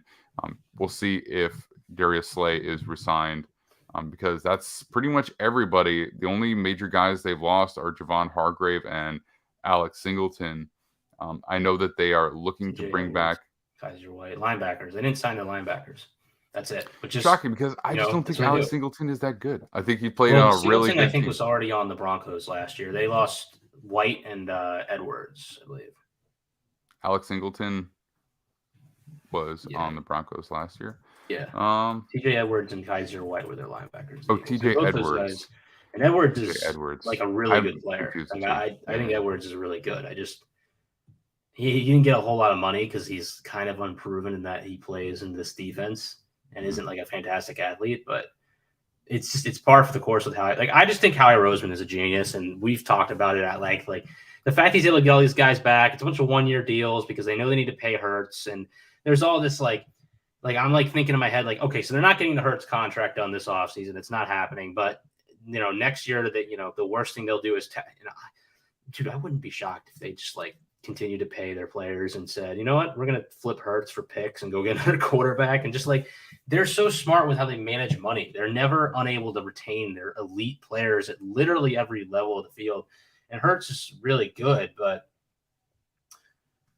we've seen we're seeing all this stuff come out now. Maybe it's like better to like not pay quarterbacks if they're not Patrick Mahomes, because you're just going to be paying for something similar. That is because of the market, the way it is. Like there's no secondary market. So you're paying $50 million for a quarterback that's, maybe the 5th best player in the league, which is really good, but it's going to strap you in terms of there won't be the Darius Slays. There won't be the James Bradburys, and just, they clearly have made it a point that the roster that they have intact is, and the continuity of said great roster is so important, because it's going to be hard for a team as good as they were. We talked about all season, like just how unbelievable this roster is piece by piece.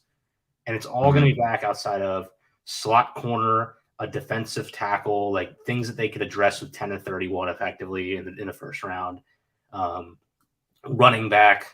And honestly, I think they upgraded with Rashad Penny as long as he's healthy. I think Rashad Penny is an excellent player and just hasn't stayed healthy / hadn't gotten opportunities for years in Seattle for some reason. Kelsey's back, great center. O-line's fantastic. They need a guard. They're not signing a Samalo. Why would they pay a guard a ton of money when they've got Jeff Stoutland? Like it's so cyclically brilliant how they have maintained everything, and they're going to continue to do so. Yep. They're going to be good. That's really all there is to it. Javon Hargrave is definitely a loss for them. But again, multiple first-round picks, they're definitely going to be able to add more to that. And they signed him cheap. Like they got him 13 years, $39 million on the market, and then they just 13 years. 3 years, $13 million on the market. 3 years, $39 million, like $13 million a year. And they just, he turns around, gets 4 for $80 for the Niners. So they're going to get a pick for that probably. And just wild. Yep, because they're not signing players from elsewhere to notable deals. But yeah, I love it. I'm hopeful that the front office people that came over from the Eagles to operate the Jets front office will do anything even remotely close to that. All right, let's talk Commanders. They are signing quarterback Jacoby Brissett to a 1-year deal worth up to $10 million. So this is competition for the young gun, and will probably push him. He's also a nice option in case of injury. So, how do you feel about Brissett being the backup / competitive? Brissett was great last year, man. I mean, he had coming out of Cleveland, I had a tweet, I think, earlier, so it's like he could be Geno Smith next year. Like he's a good player. He just has situationally, he's been in some tough spots, and I think Cleveland was the best spot he's ever in. He played really well, and I think Washington's like similarly talented around him, and I think he could play well if he ends up playing. I mean, I know people aren't excited about this signing because it's another like retread quarterback, but like, can he be better than Daniel Jones? Absolutely, and for what you're paying him, I think it's definitely worth it, especially if you're trying to push Sam Howell, which I think is the key here. I'm a little disappointed in it's so expected, but like the Buccaneers signed Baker Mayfield. It's like, okay, Kyle Trask and Baker Mayfield are having a QB battle in the media. That's what they say, right?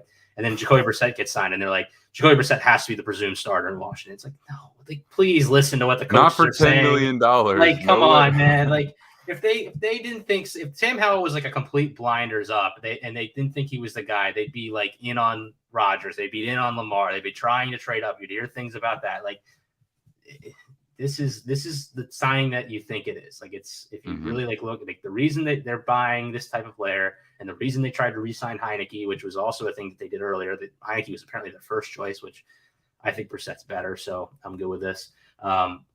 He is better. That you tell the Washington fan base that they hate it. It's funny because it's very clearly like this is the type of player you bring in for a QB competition with a young player, and like they're not punting on quarterback. It's a rookie deal player that you've seen some flashes from. I think that the draft pick thing kills all discussion because he went in the 5th round, and I don't want to take so much time on this, but it's like they like the kid. Like, they're going to give him a chance to develop, and you're taking a shot on a rookie quarterback who could become better. He has a projection. Like, he could be good. You know, this isn't Trevor Siemian. Again, that's what I keep saying. He's not Trevor Siemian. All right. There's no comparison there. Like, this kid was the presumed number 1 pick preseason, and he's not Keaton Slovis either. He had actual traits that could get him there. All right. Yeah, and look, no quarterback who signs a deal that is worth up to $10 million is presumed anything other than being on the roster. All right. Offensive line, Tyler Larson has agreed to a deal with the Washington Commanders. They have re-signed cornerback Danny Johnson, and they bring in the NFL International Pathway star Efe Obada on a 1-year deal worth up to $3 million. So again, nothing earth-shattering here. Yeah, I mean, Larson, center depth, they needed it. They've had injuries. Obada's a really nice hybrid piece. He was way better last year than I thought he'd be for them, and really it turned out well, and they get him back cheap. Danny Johnson's good. Like, he's like a good slot corner. The fact that he's going to be their 4th corner makes me feel pretty good about that position group next year, because I think they're going to add somebody else in the draft for sure. All right. Let's talk New York Giants. They are sending we are running real long here. We got to pick up the pace a little bit. The Giants are sending a 3rd-round pick to the Raiders for Darren Waller. I think this is a nice addition. His contract is actually like not too bad at all. He's been hurt, but this is the kind of player that they need. They really need a player who can be a threat at the position. There aren't a lot of options that don't cost that much in terms of wide receivers. You know what I mean? Like, if you are gonna trade for DeAndre Hopkins, I'm not sure what that would cost. You'd think that the Cardinals just want to offload him, but if there's a bunch of teams that are interested, then that the trade compensation might get a little bit more interesting for him there. But again, he's a mismatch when healthy for almost any safety or linebacker that you have matched up on him. Yep. They needed to give Daniel Jones something that they can evaluate on him in these next couple of years. And I think it matches up well with Waller's timeline. I think he's going to end up here for a couple of years. And I think you got a decent return for your 3rd-round pick on that. So, it's exactly what you said. Like, they just needed this type of player. All right.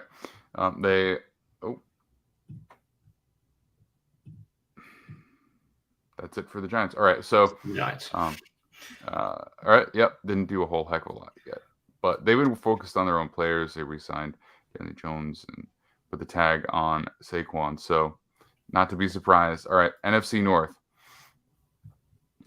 The Lions have signed David Montgomery, or at least reached an agreement on a 3-year, $18 million deal. So they want to make sure that they've got runners who can run behind that offensive line. It was a huge part of what they did last year. They want to make sure they've got talent there.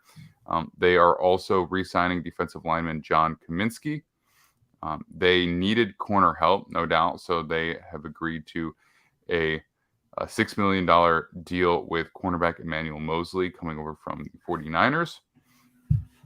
So they have addressed basically their 3 known positions. If you look at the Lions and you're like, this is what we need. We need cornerback help. We need interior defensive line help, and probably running back help to replace potential guys that might be leaving there. Makes a lot of sense. How do you feel about this kind of, status quo and minor additions from the Detroit Lions? Yeah, between Mosley and the other corner they signed, whose name is like eluding me right now. Sutton.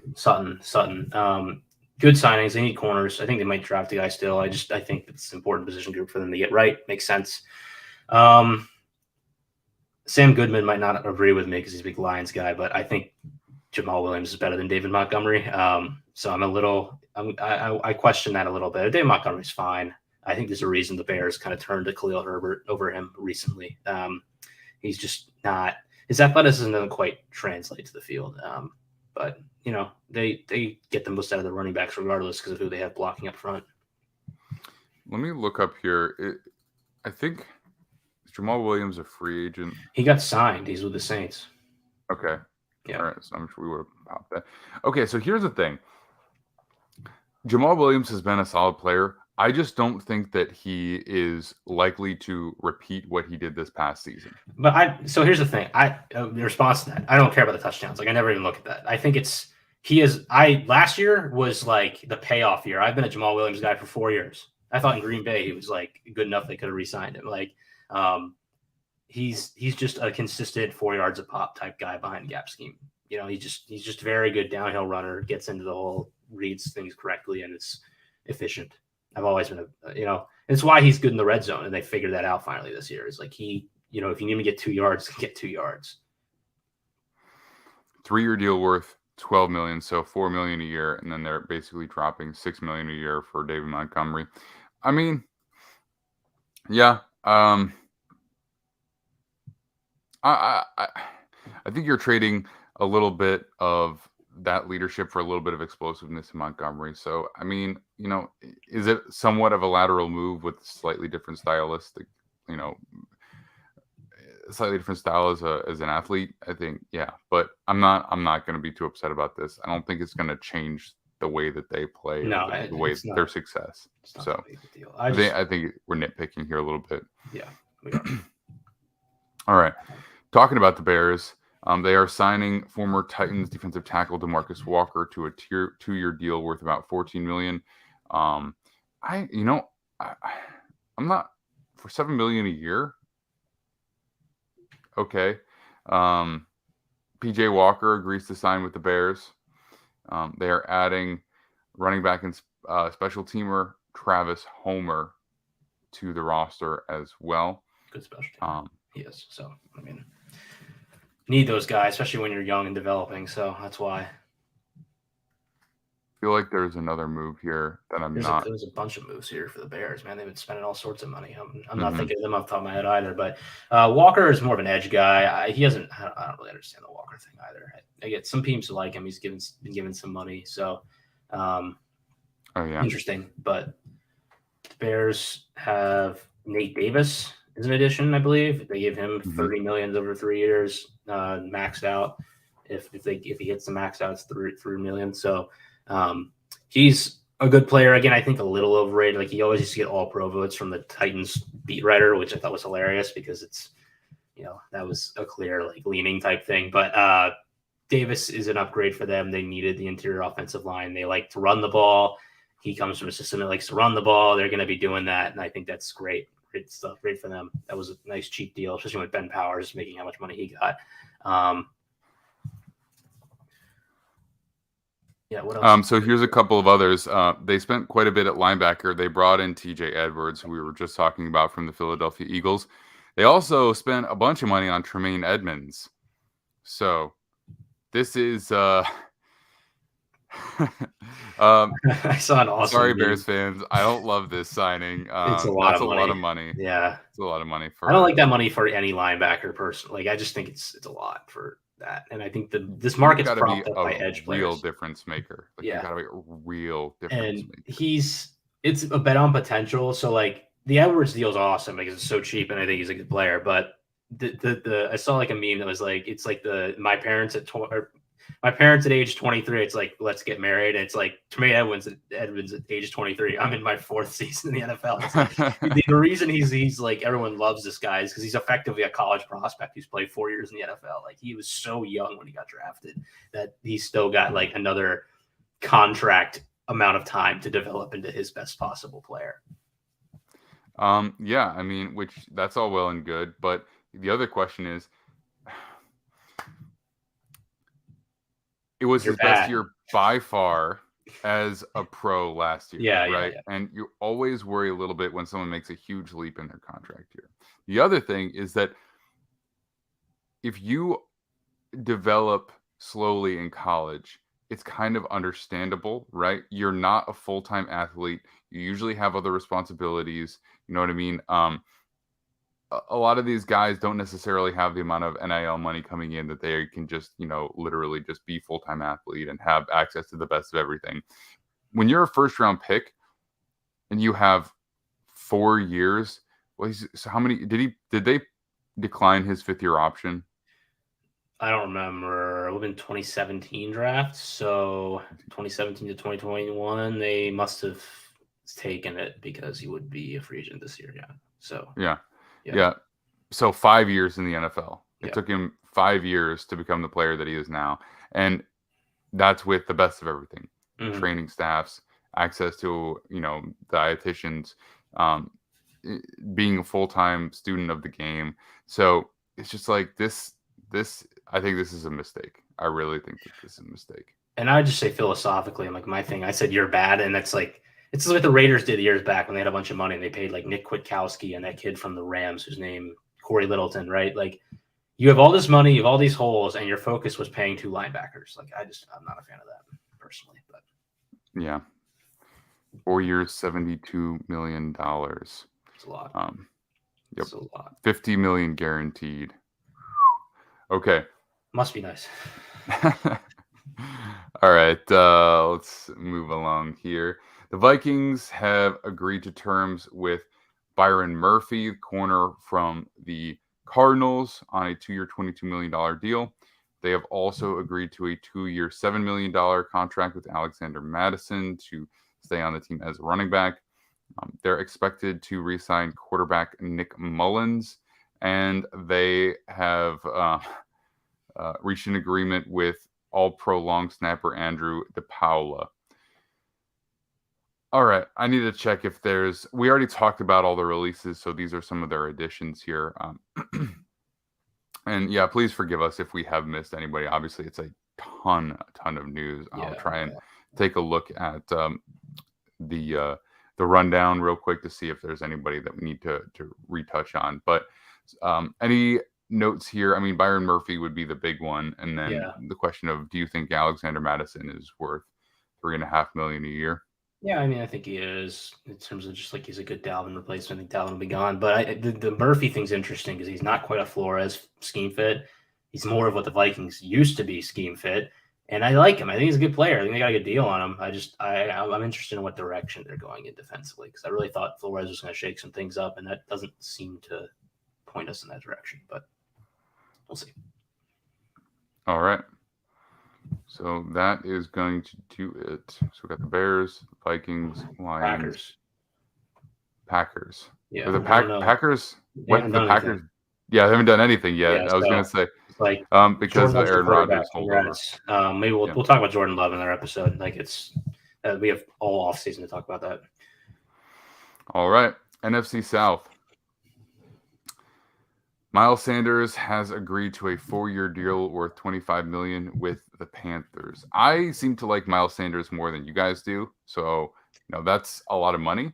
But I'm not sure what the guarantees are on that. Are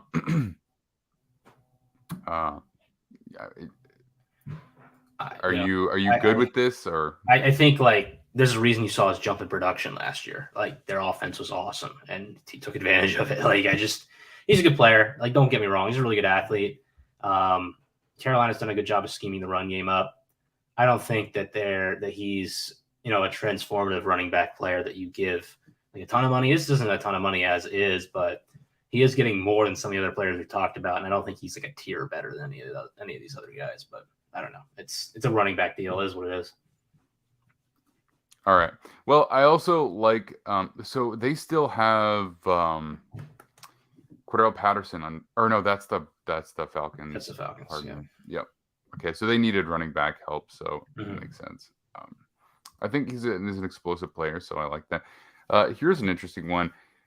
Panthers agreed to terms with tight end Hayden Hurst on a 3-year, $21.75 million deal. Do you feel like $7.25 million per year is a good price for Hayden Hurst? Do you think it's a little bit of an overpay?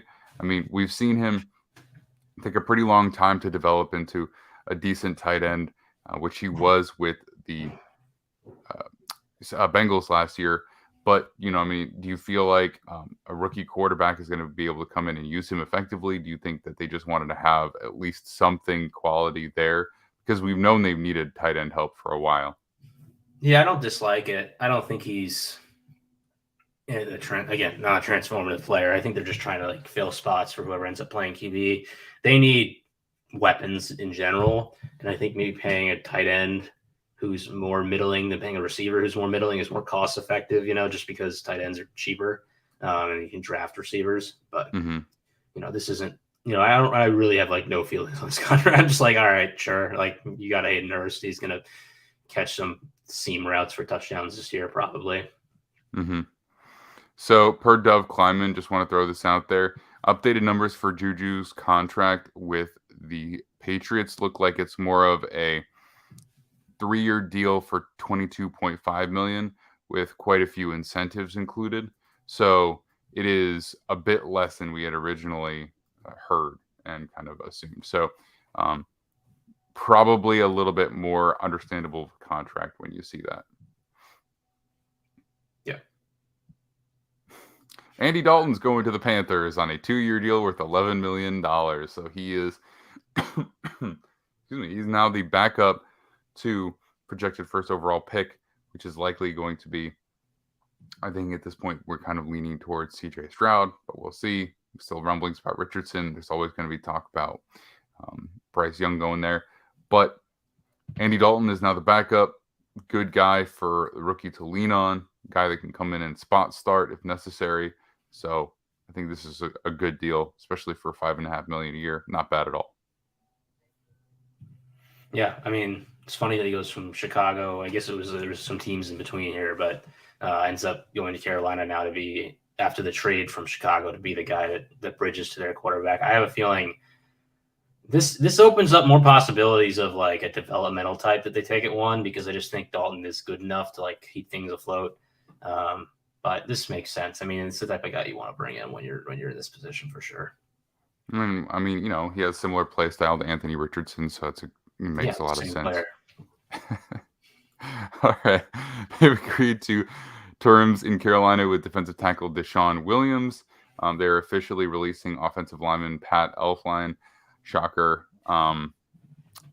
It's pretty brutal watching him play. So, God, that's a take, I guess. I don't know. I haven't really watched a lot of Pat Elflein. Did he play for the Jets? Is that what I'm getting from that? Yeah. But he was before. I think he was with the Vikings prior to that, okay. And he struggled with them, and it's tough. It's tough to watch him. It's just. Baker Mayfield is signing a 1-year deal worth $8.5 million with the Tampa Bay Buccaneers. So again, this is not a large contract. This is, this doesn't eliminate anything from them. I guess this is competition for Kyle Trask, which seems like, kind of an open and shut case based on reports that have come out of Buccaneers camp. But, I don't think Kyle Trask has indicated to anybody that he's ready to start NFL games, if he ever will be. But Mayfield's a guy.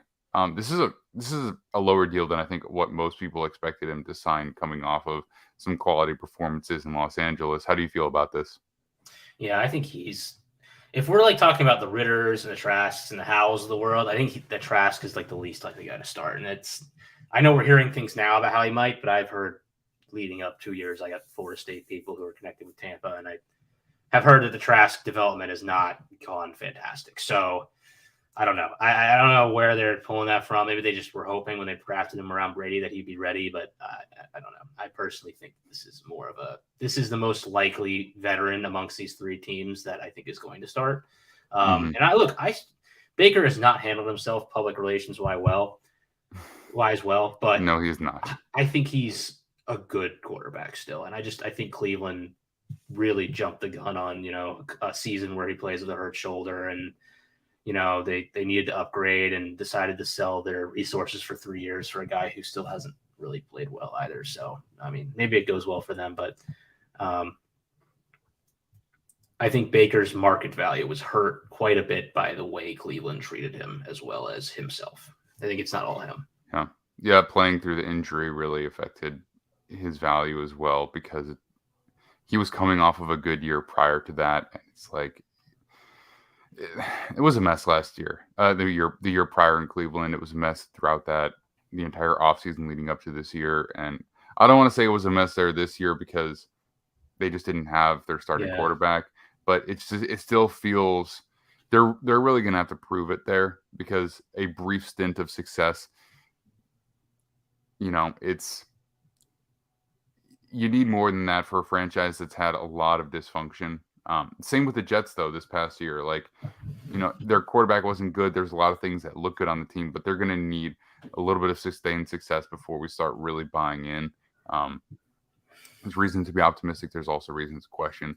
Bucks are re-signing guard Aaron Stinney to a 1-year deal worth up to $2.5 million. This is backup guard money. They're bringing back Levante David on a 1-year, $7 million deal. I love that because he's a team leader. He's a good player. He was one of the best for a while, part of that Super Bowl run. He's been part of every good thing that they've done over pretty much the past decade.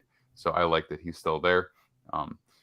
They plan to re-sign pass rusher Anthony Nelson to a 2-year deal worth $11 million. So they've got quite a bit on that defensive line as it is, but this is a rotational pass rusher signing as well. So that's it for the Bucks. I don't think there's anything here really that we need to continue to delve into considering our current time constraints. So let's move on to the Saints, who just keep making moves. They bring in former Lions running back Jamal Williams, as you said, on a 3-year deal, which is a little bit less than David Montgomery, at least at face value. They are also reaching an agreement with Michael Thomas to bring him in on a 1-year deal, $10 million deal after restructuring his contract and reducing his salary earlier in the offseason. They have agreed with defensive tackle Kalen Saunders on a 3-year, $14.5 million deal. So I think the bones of this roster are all in place, right? I can't imagine there's much else that they're going to do until they get to the draft because they now have a first-round pick after trading away the rights to Sean Payton to the Broncos, so they actually can add somebody else. But they've got the majority of their players in place. They've got running backs. They might move on from Alvin Kamara, but they've got Jamal Williams there. Mm-hmm. What do you think is their route to improving once they do reach their draft at this point? Well, they're getting Thomas. Thomas looks like he's going to be there, so maybe they're not going to draft receiver like I thought. I think edge. Davenport's leaving. They probably need to go edge to continue to shore up that area. They might take another D tackle. I like Saunders. He's more of a run stuffer. Buying low on him is interesting because he's still developing as an athlete. And safety, they're older. Could be a spot they look at, but there's some places where they can improve for sure. Tight end. Yeah, no doubt. Nick Andrews says that the Mayfield signing is a bridge, not having cap space to do anything this season. Yeah, absolutely. 100%. I mean, the thing I worry about is I think they're going to be too good with Mayfield to be in the Caleb Williams sweepstakes. And I know people might disagree with that, but the division's bad. Like, you're going to get free wins for being in that division. Trust me. I root for Washington. I know how this goes, man. Like, you're in a bad division, you win games even though you don't want to. We'll see. I mean, it's definitely possible. Like you said, they brought back Jamel Dean. We talked about that prior to start of free agency. They still have, they've got quality secondary play. They've got both linebackers back. The majority of their defensive line is back again. They need help on the offensive line, right? Like, that's the place where they need to address now. And they have a first-round pick, which is not, I think, where are they drafting? They're drafting in the teens somewhere. So, look, if they want to draft Osiris Torrance, they absolutely can, and just plug and play at the guard position. They'll need a tackle too, but there are ways to go about getting that. But they might be too good to be in the Caleb Williams sweepstakes, but that doesn't mean that they can't be in position to draft a quarterback in the first round next year and kind of reinvent themselves. But the other question is this coaching staff around to do that? Only time will tell. Yeah. They're on the hot seat as it stands right now. I can definitely tell you that. But revisiting our Saints takes here, is there anything else that you want to talk about with them prior to moving on? All right. Not really. I mean, their big thing is Derek Carr, so we'll see how that goes. Mm-hmm. All right. The Falcons are bringing in Taylor Heineke on a 2-year deal worth $20 million. I think this is good because he's a viable player and it gives you something to lean on if Desmond Ridder doesn't end up panning out, right? Like, you've got to give Ridder time to play a little bit, see what he's got, but you do have Heineke who can salvage your season and also potentially help you not lose your job, right? Because that is where the Falcons are at this point, where they haven't done anything horrendous. Like, they haven't made massive mistakes, but there have been enough questionable decisions along the way that, even just a middling to mediocre season, that could be enough for ownership to just be like, look, we tried this and we're just not making progress in the right direction. So let's, go ahead and move on. So they need somebody who can be stabilizing at the quarterback position. They're also bringing back Caleb McGarry on a 3-year deal worth $34.5 million, which I think is very reasonable for him after what he did with them last year. Again, I never love to see guys make a huge jump in the contract year because it just makes me question what things are going to look like going forward. But in terms of value, they didn't break the bank for him, and you'd like to keep that together, especially for a young quarterback. So how do you feel about these Falcons moves?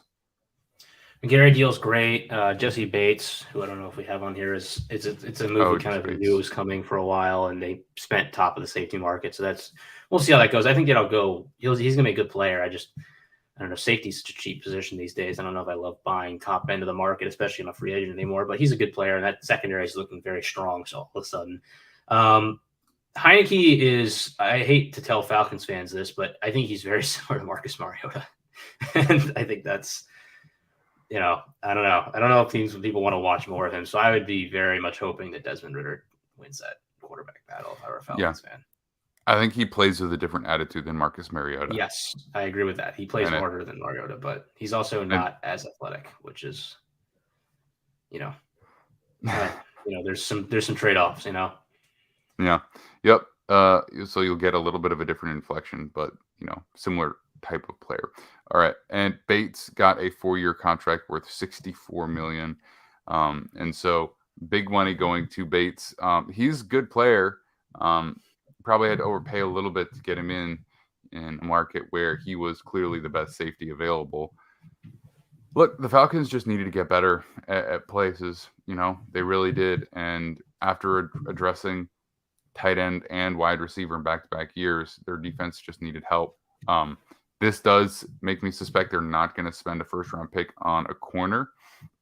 I think, you might not necessarily need to do that now that you've got a good coverage safety who can help out and shade towards the corner that is not AJ Terrell. So I think that's probably a subtle indication that that's not where they're headed. Pass rusher would still be where I expect them to go. Any other thoughts on the Falcons before we touch on the NFC West? Let's move on. All right.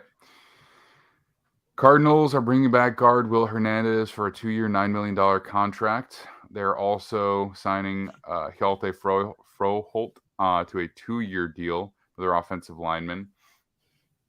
So they're trying to fortify their offensive line leading up to the draft. Cardinals have signed defensive lineman Kevin Strong to a 1-year deal, as well as linebacker Kaiser White away from the Eagles. They are bringing in running back Corey Clement to a 1-year deal, and kicker Matt Prater to a 2-year deal. Another offensive lineman that they have brought back to fortify what they have for now is Kelvin Beachum, their right tackle, to a 2-year deal. So they need to get better, but they also can't just have nothing as they go into the draft. So they're going to have to look at where they can upgrade. I think that they would love to trade back. I know they need defensive linemen, but it just seems like offensive line's got to be the priority for them after just not really making big enough investments for so long there. So I don't think they've really done anything that makes me feel better about them, but they also just needed bodies there after having a number of free agents.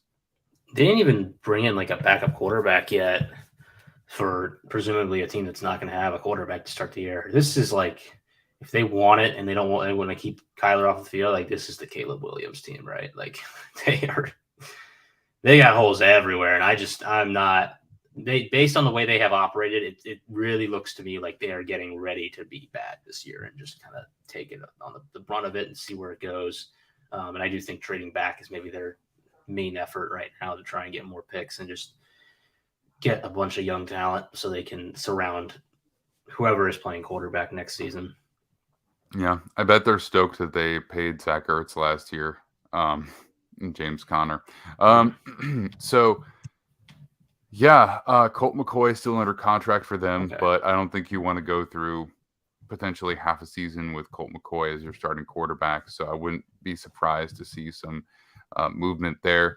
The defense is actually like, I mean, I'm looking at this.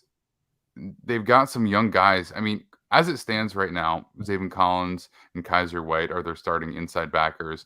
But then two rookies from last year, Myjai Sanders and Cam Thomas, who they took in the third round, both of them last year, are slated to be their starting outside edge guys in the 3-4 system. So,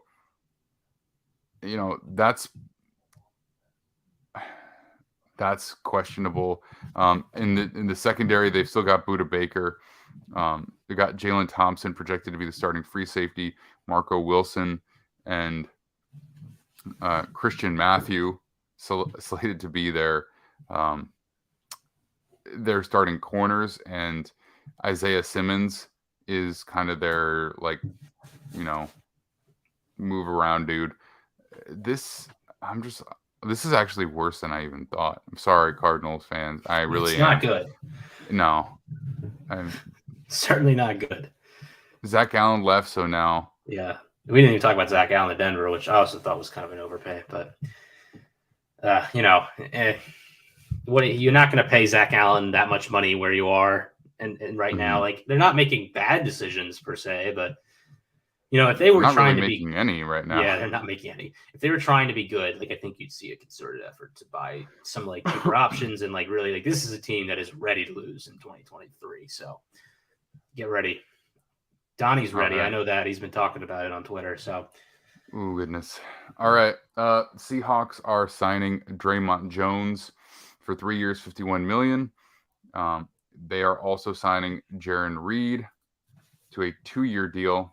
So they are making an effort to improve the interior of their defensive line, which does lead me to believe that they're looking at an edge player with that high first-round pick.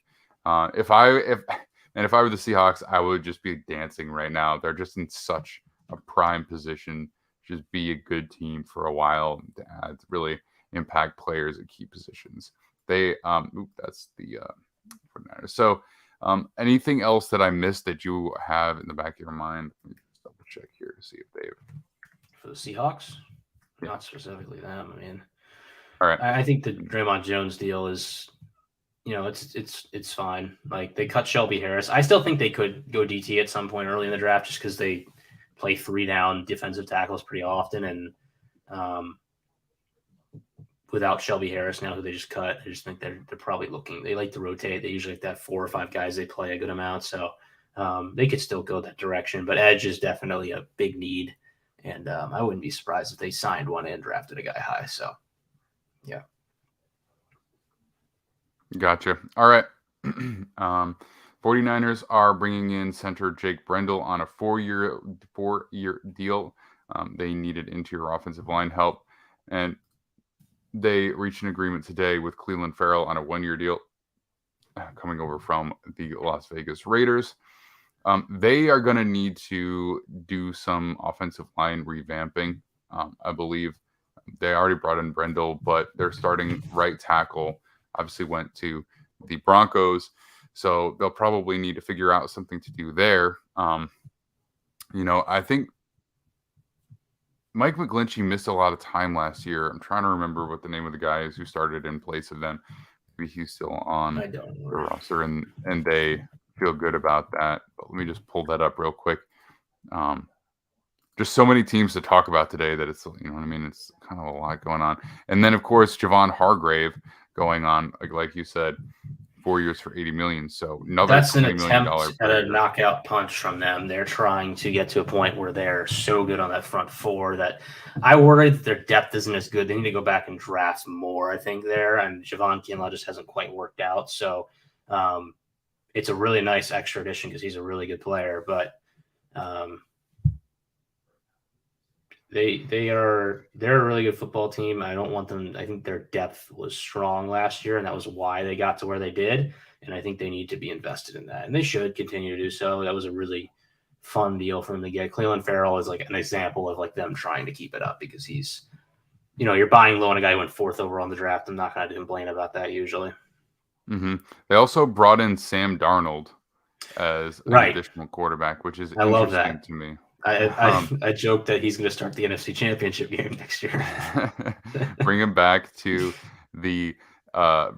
California. It's funny because he's a guy who I know that they actually liked back in the day. So, there was talk about some trading potentially going on there when the Jets were having the 2nd overall pick and the 49ers were thinking about Jimmy Garoppolo replacement. So that was something that that there was chatter of, that he might end up there in the trade. But yeah, I mean, that's it. I mean, as to the best of our abilities, we have hit on as many of the big moves as we possibly could. So guys, thank you for watching today. Thanks for hanging out with us. We'll be back this Monday live from 10 a.m. to 12 p.m. Eastern.